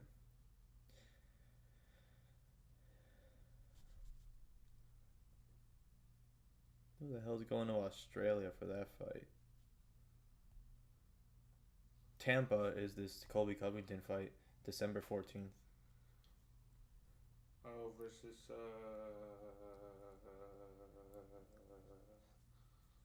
Let's say I want to sit all the way in the front. who's he going against? $850 for the tickets. That's not too bad to go. That's actually not too bad. If they're like $400 and Yeah, it's Colby Covington though. I wouldn't pay. versus who? Buckley. I think that it's gonna be tough for Buckley, but I think Buckley's been training really good. He's got his own camp that's all dedicated to him. Everybody's for him only. He went up in weight class. He's fucking strong as shit. He lasted pretty well against that last guy. He got hit a few times. I think Buckley's got a chance. Yeah, you might got a chance, but Covington, I mean, as much as I don't like him, He hasn't fought in a couple years, bro. He might be washed up. It might be the end of him. might be. You know, wrong. It might be the end of Mr. Covington over here. You know who I'm starting not to like? Jeremiah Hill,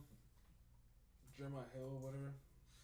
Yeah, he's being a little delusional. He got knocked. He's like, "Oh, was it not him stepping forward before the referee said time back in?"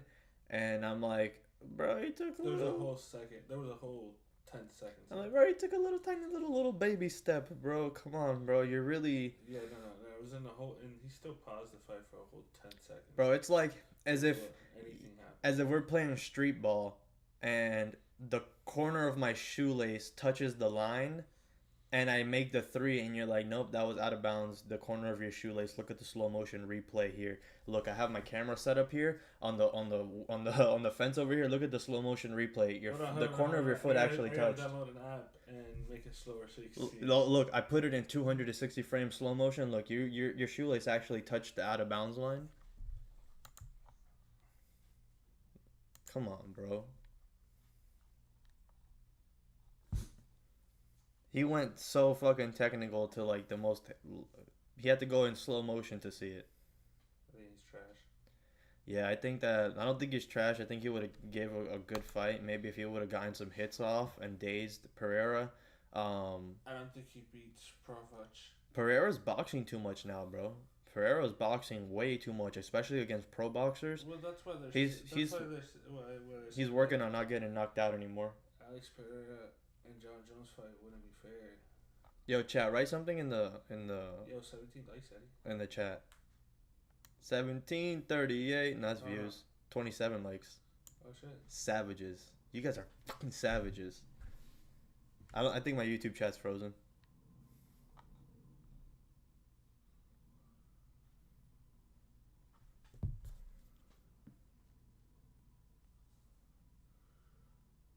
Oh no, it's working. It's working. I thought it was frozen. So this is where you get whipsawed back and forth, right? We just had beautiful price action all night. Prices driving down. We had a beautiful buy. We had a beautiful sell. A lot of you guys caught like 100 pips, 50 pips, 20 pips, whatever. So you're kind of anxious. You're like, oh, what's next? But now that's when you gotta wait, bro. You gotta be patient. 9:30. We're about to have a 30-minute closure. We just had a 15-minute closure outside of the range. So we have our first indication that we're actually breaking out of the range. Cool. We broke out. Now we got to form some kind of structure here before coming down. So you got to really prove now that price is going to come maybe here and then re-break the low, or that price is going to start to re-break these lows and then retest. You know what I mean? So if with enough momentum, you can take this entry, or if the market is moving slower, you want to wait for this kind of entry, right? So you might get this kind of push that we had here, where price just starts plummeting down. But this wasn't in the morning, right? Do you think that Asian volume is going to give us this? It can. It gave us the other night. We had like 500 pips for Asian session, right? And we've already moved hundreds of pips tonight on your guys's on XAU, and here we've moved 170. So we could move another fucking 150 pips tonight and fill this clean range all the way down. But is it probable during Asian session? I think 8:30 already happened. Yeah, and it's 9:30 now. So we might get some volume now. Asian, since they don't have the time change, their open was an hour ago. So I don't think this 9:30 candle will do much, but it might. Have a good night, SL. You got that phase 2. Come back tomorrow with a clean slate, ready to catch some more dubs. We have let's see what kind of news we have tomorrow. So December 11th, which is today, let's go tomorrow. Tomorrow we have core PPI, unemployment claims. We have some fucking volume. We also have some Euro red folders. I like to look at these red folders to see if they bring any volume to gold sometimes. Sometimes they do, sometimes they don't. Sometimes nothing happens. But sometimes you see one of these folders pop, and for some reason it causes some people to buy gold or to sell gold. You never know. I like to look at them, even though it's got nothing to do with it. Whenever I see red folders, I just think volume in the markets. If the euro is losing value, where are people putting their money in? To the dollar. And if they're putting money into the dollar, that's going to affect gold. Gold might come down. Maybe they're not putting their money into the dollar. Maybe they're putting their money into gold, and gold will start flying up. That's why I like to look at some of these other bigger currencies to see if they affect gold. Being a degen in the Solana trenches, I have no reason to degen on gold. Bro, being a degen, bro, fucking annoys me. Every time that I do it, and I'm like, yeah, savage, you just made a bunch of fucking money, and then I panic, and then I lose everything that I made. Like on this evaluation that I'm doing right now, I was already up $1,000 on it, and then I lost 700, and then I made back like 1,000, right? So I was up 1,200 for the day, or 1,100 for the day after commissions, and I'm like, damn, all that just to make an extra $100?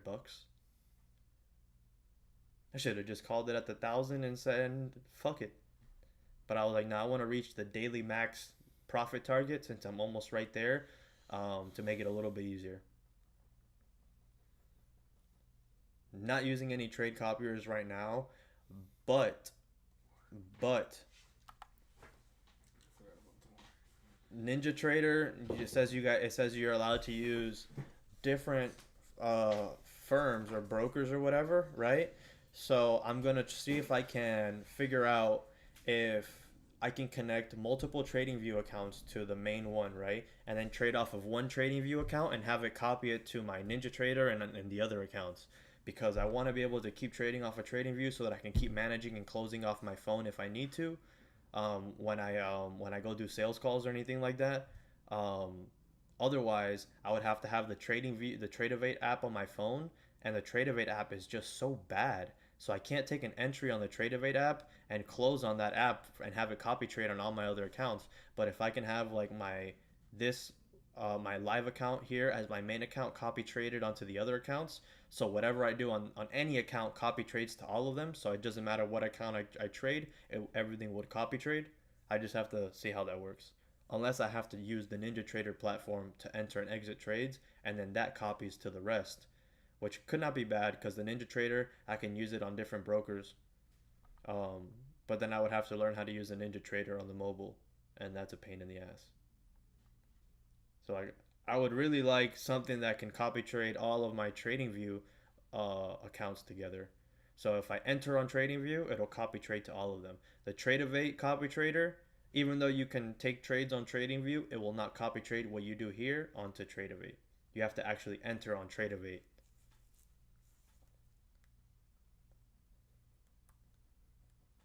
Yeah, I would have to keep my iPad around. But I'll have sales calls. If I have to close a call or close a trade and a customer's in my face, I'd rather turn the brightness down on my phone and then look down on my phone and just have my phone in my hand.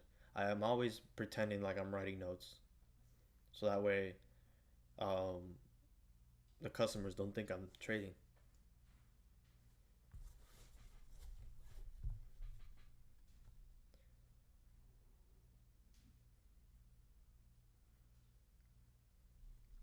Tradeovate has their own free copy trader. What do you think about XRP, Bougie? One of my friends just asked me, and I don't know shit about fuck about crypto. If asking me about crypto is like asking a Spanish guy a question in Chinese.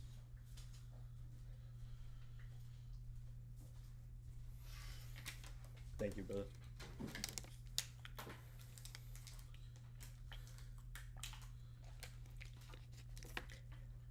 Because he sees me trading, right? And then he's like, oh, but how long have you been trading? I'm like, 3 years. And he's like, how much money have you made? I'm like, bro, do you know how much money you need in order to make a living off of trading? He's like, I don't know, 50,000. I'm like, if you had a $50,000 account, top hedge funds in the world, let's say the best one makes 30%, the worst ones make like 5%. Let's say you're in the middle and you're at 20%, and you're making on a $50,000 account 20%, so that's $10,000. You think I can buy a Lamborghini off of $10,000 in a year? Yeah, I'm profitable. I did a whole entire year. I'm up 20%.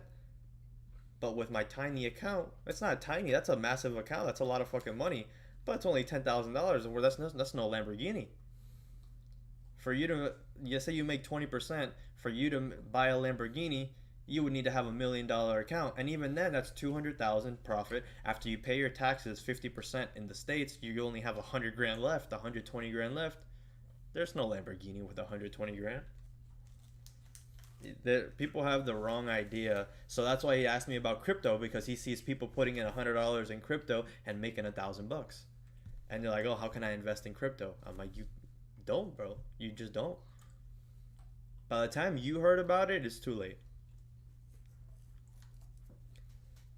If you really want to invest in crypto, you invest in long-term coins like Bitcoin, Ethereum, and you wait for the pullback. Once Bitcoin pulls back to like 50 grand, 70 grand, you can start averaging in.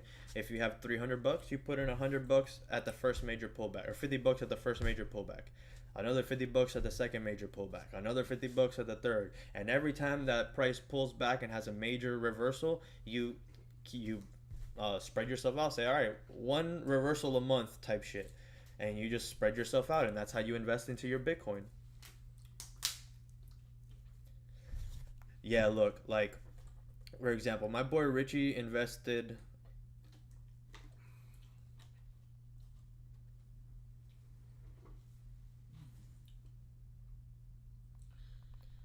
I'll show you right now. He invested a shit ton of money. This is months ago. This fucking... chat's been dead since Richie lost all this fucking money. Or since he made all this fucking money. Nobody's been fucking talking in this shit. I gotta delete it.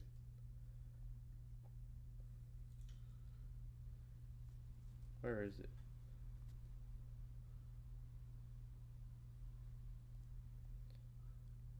Where is it? He made like $1 grand. He invested 0.1 Solana and it went up 300%. And he has 0.6 Solana now. 0.15 now he has 0.6. So how much money is that? 0.6 Solana.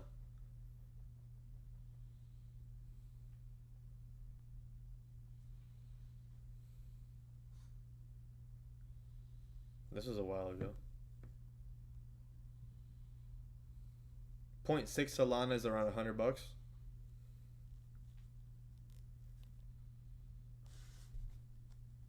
So he invested like $20 and made $100. Yeah, he did that across like 5 different across like 5 different coins. He lost on, no, he invested in like 10 coins and 5 of them hit. So I think he invested $200, $20 across each coin or something like that.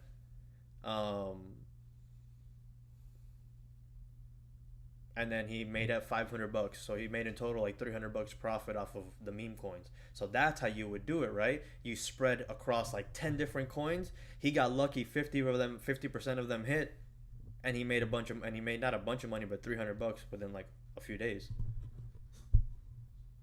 Nobody knows if he sold or not. He hasn't sent a message since, so you never know. He was up like 15K on some NFTs, and he had too much faith and held, and they went down to 0.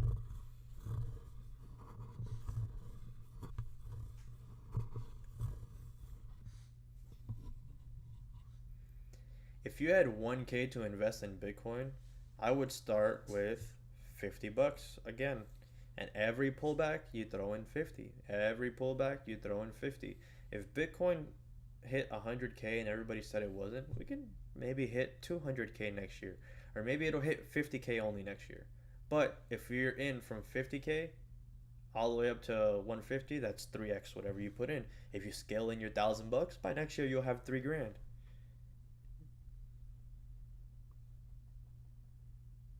You don't like that strat for Bitcoin? That's people how they treat it as a savings account. They literally throw $25 in every week.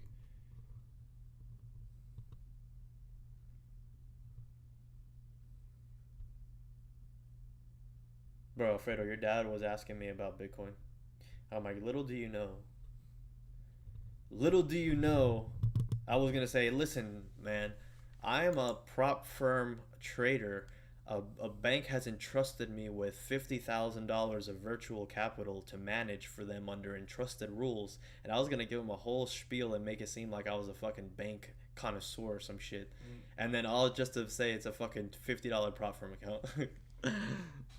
But no, I don't want to fucking tell him shit. Your dad is learning how to trade, and I'm like, I don't want to fucking have trading classes at fucking work and all that shit. He was looking at ICT videos, and I'm like, ah, bro, he's gonna get brainwashed.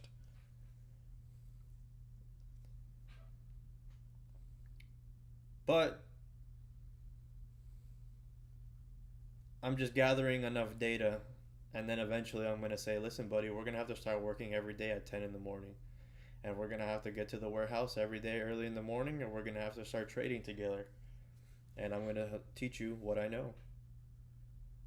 But I need to gather multiple years of data, and I'm working on it.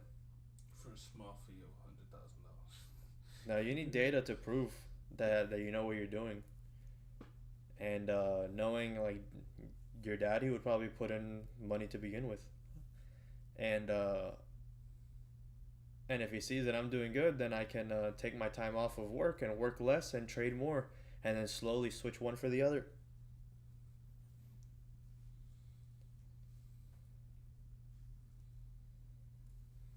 I would love to stay in air conditioning though, more mainly in sales. Sales is my shit.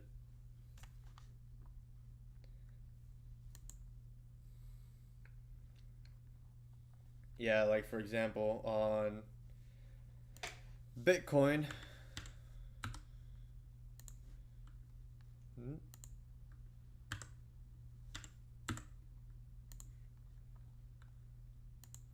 looking at it on the daily chart. Oh, where's that trend line that I drew? Look how I drew a trend line here, and we fucking destroyed it. And then I drew an upwards trend line here, and we fucking destroyed it. That was cool. It's wild. This is old. We just destroyed it. And so if we pull back to like, so I would take, so these are a few things that can happen, right? This is just basic market structure. If price pulls back to this level, we can be using the previous high as a new low to retest it and drive up. And if it drives up to 150K, that's double your money, so you've missed out on a decent pump. So I would at least start with a small portion right here, right? And then if we fail to create this as a support and we continue down, we then have more room to 51 to take more entries. So you can start scaling in at any one of these lows, or once we get down into this range, you can activate your weekly deposits into Bitcoin and start averaging in. This is too high for me and my liking to buy anything here, but at least here you can begin your average and start averaging, because if you do bounce and you're averaging on your way up, you're gonna make some money. But if you reject here and you're averaging on your way down and you're strategically averaging in, by the time that you do bounce again, your average would be very, very low. So it's gotta be strategic. You can't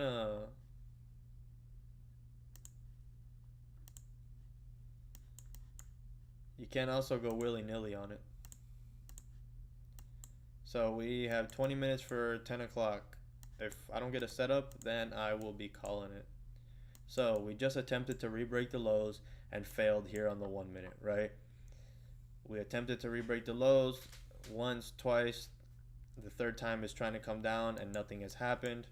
The 15 has a top wick, 30 has a top wick. Everything has a top wick pushing down. So how do we confirm this is a drive down? We've already broken below this and we have clean range all the way down. So let's see here. Gold is doing the same thing right here.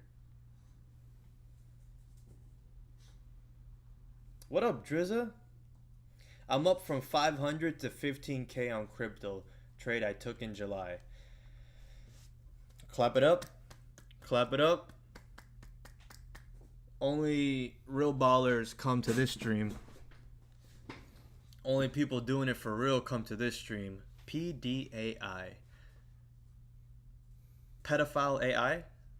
I'm just kidding, bro. I don't even know.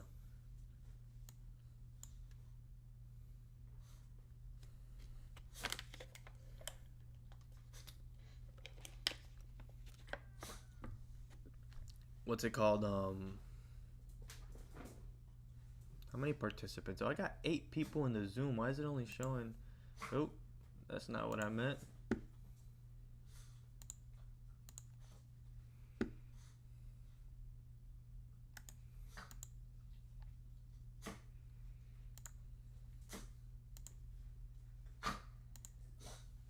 Oh shit. Got a lot of you motherfuckers over here tonight.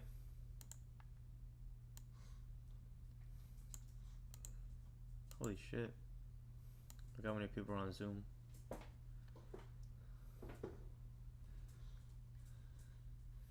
Damn, my screen is too small for that many people. You guys are savages. So, re-breaking the lows here. So we just had a 5-minute closure. 5 minute came up, created a top wick. Yeah, I'm gonna set a sell stop here.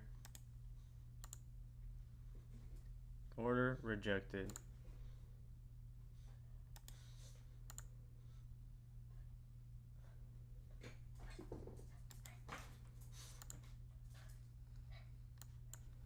Oh, whoa, that slipped the fuck out of me. You saw that? Then that slipped me 10 pips. Wow, I'm closing that. I'm not letting that rock. That slipped me 10 pips. What the fuck? A slippage on stream, 10 pips. No thank you. I am not taking that. 10 pips? No thanks.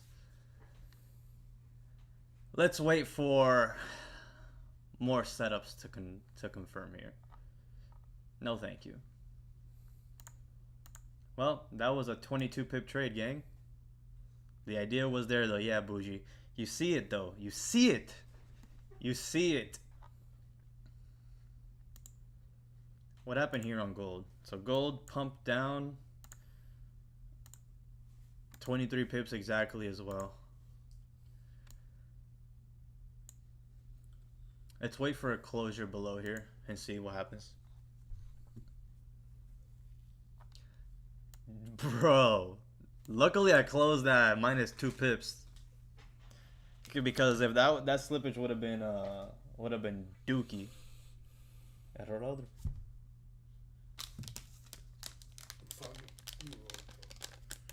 I know, once the stream ends. What time do you work tomorrow? Early. 15-minute closure coming up. Yeah. Dookie ass slippage. That would have been another 20 pip trade for the night.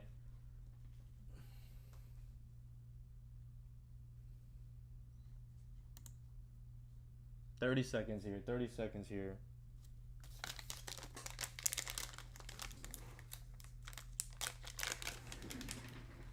What in the Fibonacci?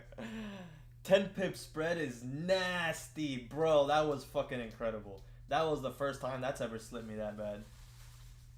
Alfredo, right there, my entry to where the target hit was 23 pips. That would have been on a 2-lot, 400 and 500 bucks almost. That you would have seen me make on my evaluation account right now. 500, you said? Yeah, on top of the other 400 that we made earlier. That's an $800 night on the evaluation, but this fucking slipped me like a motherfucker. That means that this Apex or this Top Step account would have been passed by tomorrow morning had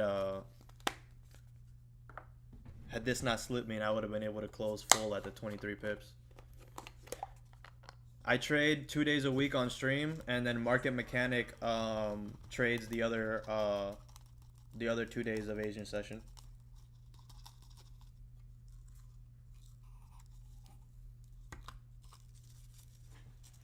Unfortunately, that was a slippage, gang.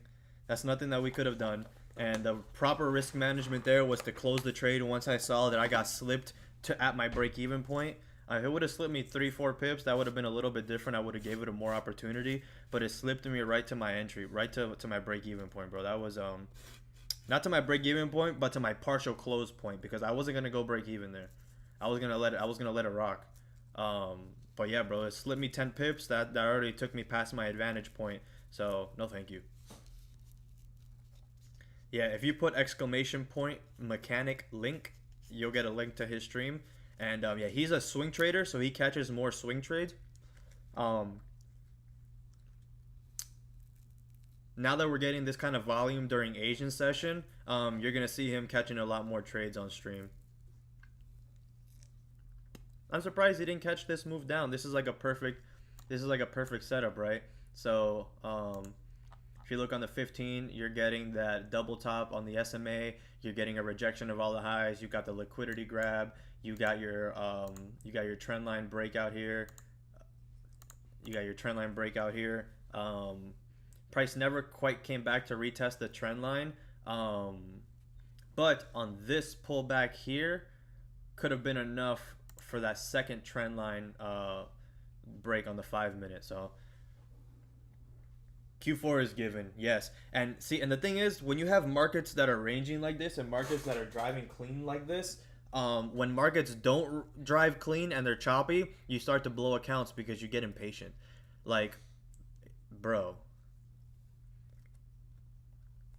it took me like 3 months to accumulate multiple funded accounts, right? And then once I had them all, I started trading them during the worst market conditions where everybody on the internet was like, why is my trading so bad? I'm losing every trade. These market conditions are bad. Wix lost a bunch of money. Don lost a bunch of money. Don blew the MAM at the time, right? And I'm like, bro, holy shit. As soon as I go live, I go through a bad market cycle, and I forced all of the trades and ended up blowing all of the accounts. Whereas the following quarter has been the best quarter that I've ever had pips wise. Like, it's fucking insane. So like, all I had to do was just stay in the market long enough for the market to turn around, and then I could catch the right move. You know what I mean? But good night, Jay. Have a good night, brother. I hope you guys learned a little bit something today, bro. That's really my goal, bro. Making money is a side effect of learning, bro. But like you could see why I wait for these pushes and why I don't take certain trades because yeah, price could have rejected over here earlier tonight, but I want that push, bro. I want that pop. When we got that pop to the upside here, that was fucking savage. When we got that pop to the downside, that was savage. When we got that second pop now, that is what I'm looking for. I don't want to trade anything that's not that volume push. I got slipped there, unfortunately, so that would have been another 23 pips. So that would have been 60-something pips for the night. Almost 70.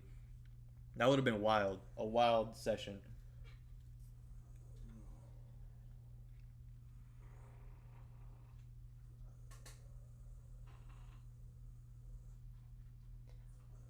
Oh, he's a bitch. He bites. He doesn't bite. He just growls like a motherfucker now. He gets annoyed by, if it's not me, bro, my dog gets annoyed. Look. He's just trying to be tough. It's because he wants you to take him out. It's been raining all day. I couldn't take him out.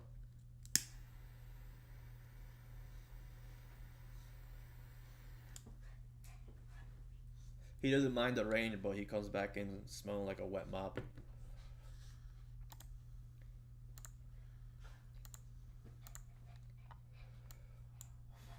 Look at that, bro.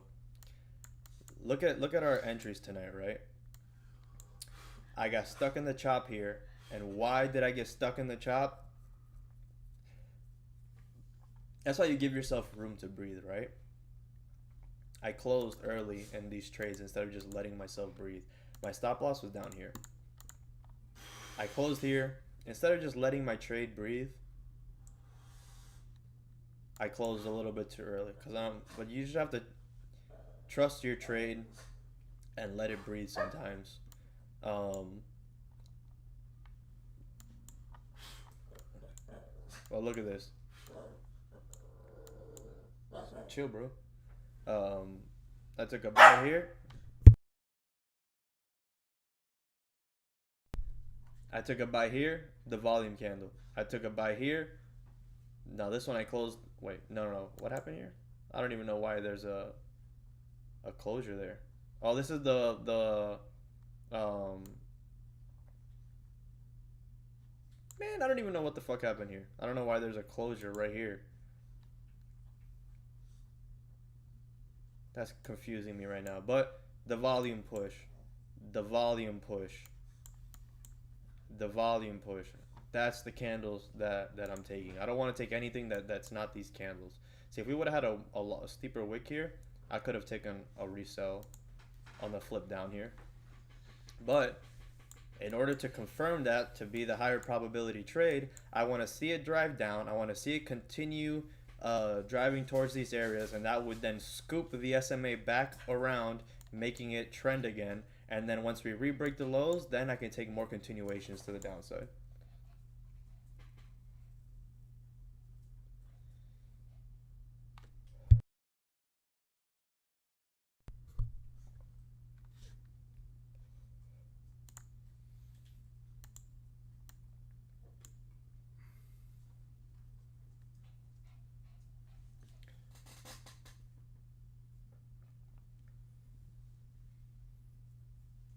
Your back hurts?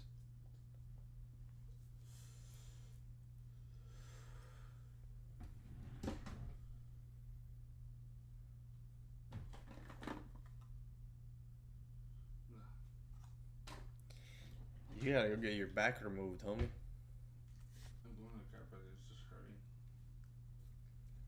You should just get surgery. Or why don't you go... Listen. You need to get peptides. So you have to go to Greg Doucette's website and go to his clinic that he gets sponsored. And the clinic will send you a blood kit for $100. You take that blood kit and then you tell them the issues and what you want for pain relief. And they will send you peptides that you inject wherever you're having pain in order to recover. So you're having a lot of back pain. So the best thing to do would be to have a peptide injection every morning. And that would alleviate your back pain all throughout the day. And then, yeah, you'll feel it at the end of the day after it's been alleviated by the peptides. BPC 157 is a good one. but it depends what the doctors want to give you. There's a lot of generic peptides now that are the same thing by different companies and shit. I don't know. There's a lot of stuff out there. There's this dude that I follow that lost like 300 pounds, or sorry, 200 pounds, and he takes a lot of different stuff for pain because he was like 400 or 500 pounds. He was huge. Yeah, back pain. CBD can cure some back pain, but in order to get some good CBD, it's very expensive, and to have your month supply, you're looking at like 50 to like $70 to have a good decent month supply of like some 500 milligram gummies, and though the gummies make you very sleepy. The CBD gummies make you very sleepy if you eat them, and the cream is not as effective as the gummies. But for these, bro, peptides are like $30 a bottle, bro, for your month supply. It's so cheap, super cheap.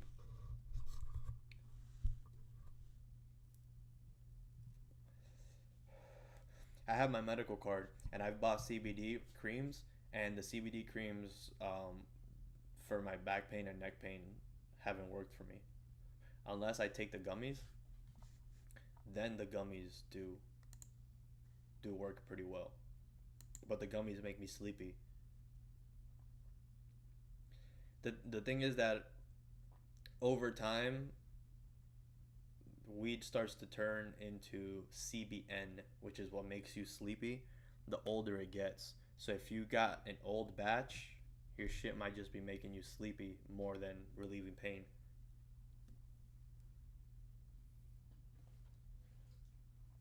You're at a legal market. You get good shit over there. The legal market over here is also pretty good, but it's not as strong. We don't get the really strong stuff.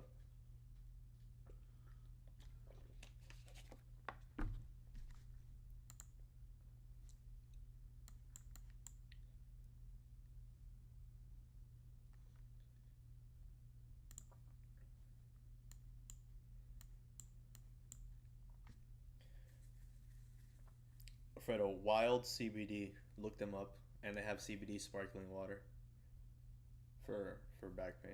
Yeah, just go to the doctor, bro. Get your blood work done for $100. See what your testosterone levels are, and at least try the peptides once, and then have your mom inject your butt or inject the back wherever it's hurting. It's not that hard, bro. I gotta get my blood work done. I'm almost 30. I have, I don't know, what am I, 29 or 20 or 28? I don't even know. But I gotta go get my blood work done. I do not mind getting on TRT.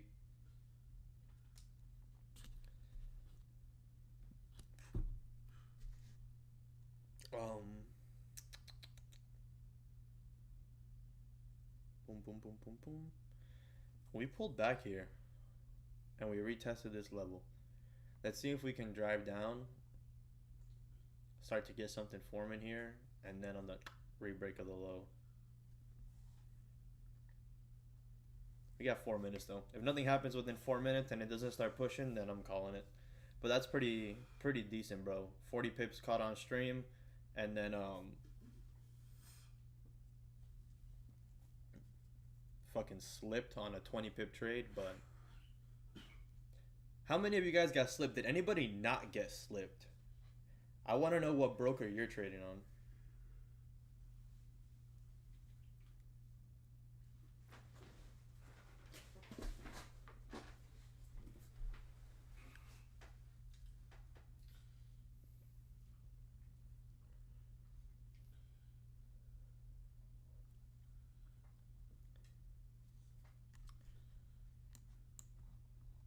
Damn, where's Kenny at? His runner's still surviving, I think. He has a runner since down here. No, steeper, since like down here. He has a runner since down here. I wonder if we're coming down for his runner. How many pips was that, Kenny, bro? Holy crap. 500 pip runner, my guy. You're a savage. 330 on Forex. Or 3,000 on Forex. What? Maybe I'm tripping. 300, yeah.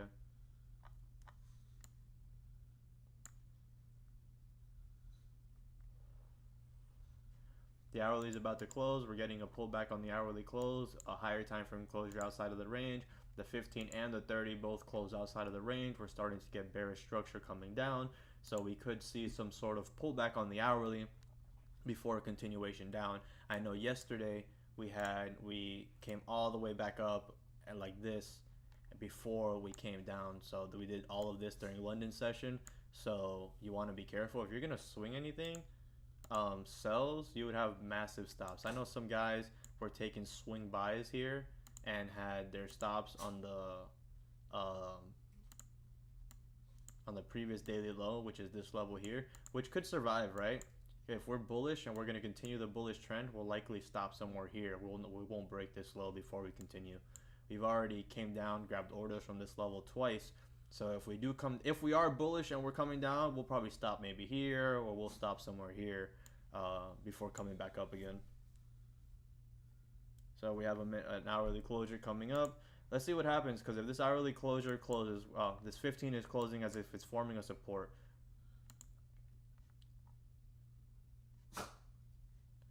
So let's see.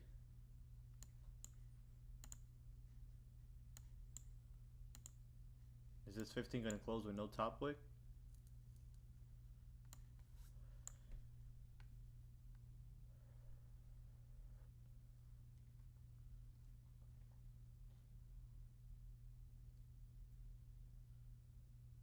No top wick on the 15. 5 minute is a gladiator candle, but this candle has no top wick, no bottom wick. What do we know about that? A lot of these times these candles get filled. So where would this top wick be? We kind of have a tiny little scoop on the SMA here, but where would this top wick be? We're still trending down on the 5 minute, right? This is the first candle that has wicked outside of it. So could this be a fake out, or is this the bottom and we're gonna start flipping?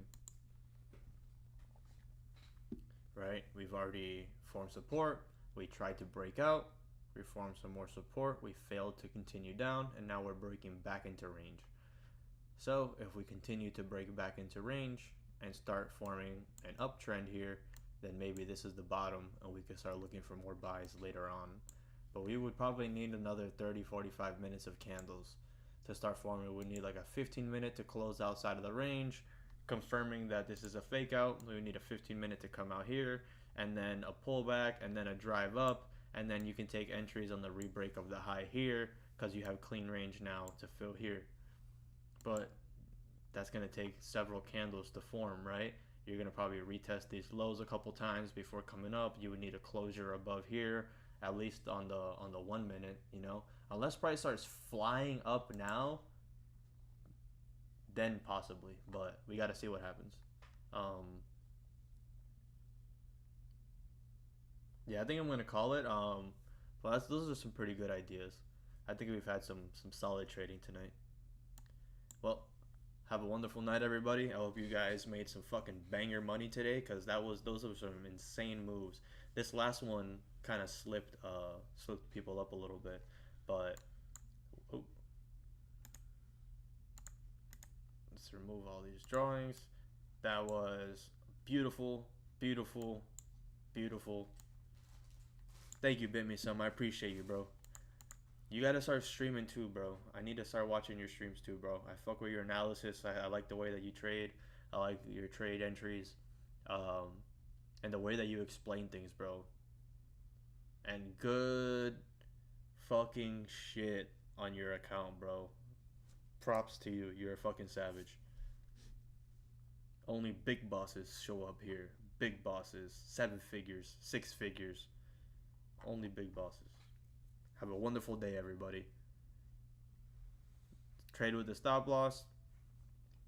But think about it. This could be the bottom now. If you start getting a continuation to the upside, you start trending here on your SMA, you could start looking for buys again like you did here, or you could start looking for a continuation on sells like you did here.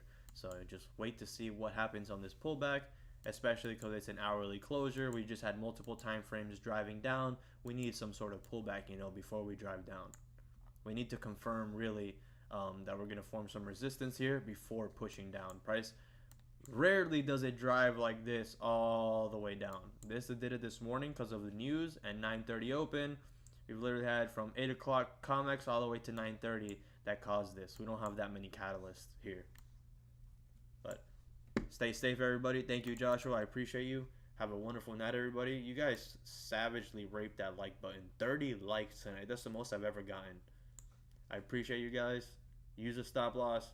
Please don't lose all the pips that you've made tonight by over trading or trying to push a trade that's not there. Wait for the setup. The setup will always be there. All you gotta do is wait. I took a loss here and I was like, fuck, I'm going into stream with some bad energy after a loss, but I just relaxed. I waited for the setup, and the setup happened 3 more times, making the loss back and then some on top of that, an extra 20 pips on top of that. So on stream it's 40 pips, but then I took 20 pip loss on right before stream, 2 10 pip losses. The price wasn't driving, so I kept closing at 10 pips loss instead of just letting it drive. So that's where risk management comes in, right? When you start to get a little antsy and then you start to not manage risk properly. Instead of letting your trade breathe and let the candles tell you what's going on, you're letting your feelings tell you what's going on, and I let my feelings cause me to close me 2 trades at minus 10 pips, so it was minus 20 pips in total, putting me at plus 20 for the night instead of being up plus 40. So, but I updated the stream record already, so that's a pretty good record. 17 wins, 3 losses. We're going to keep it going, gang. Have a wonderful night, everybody.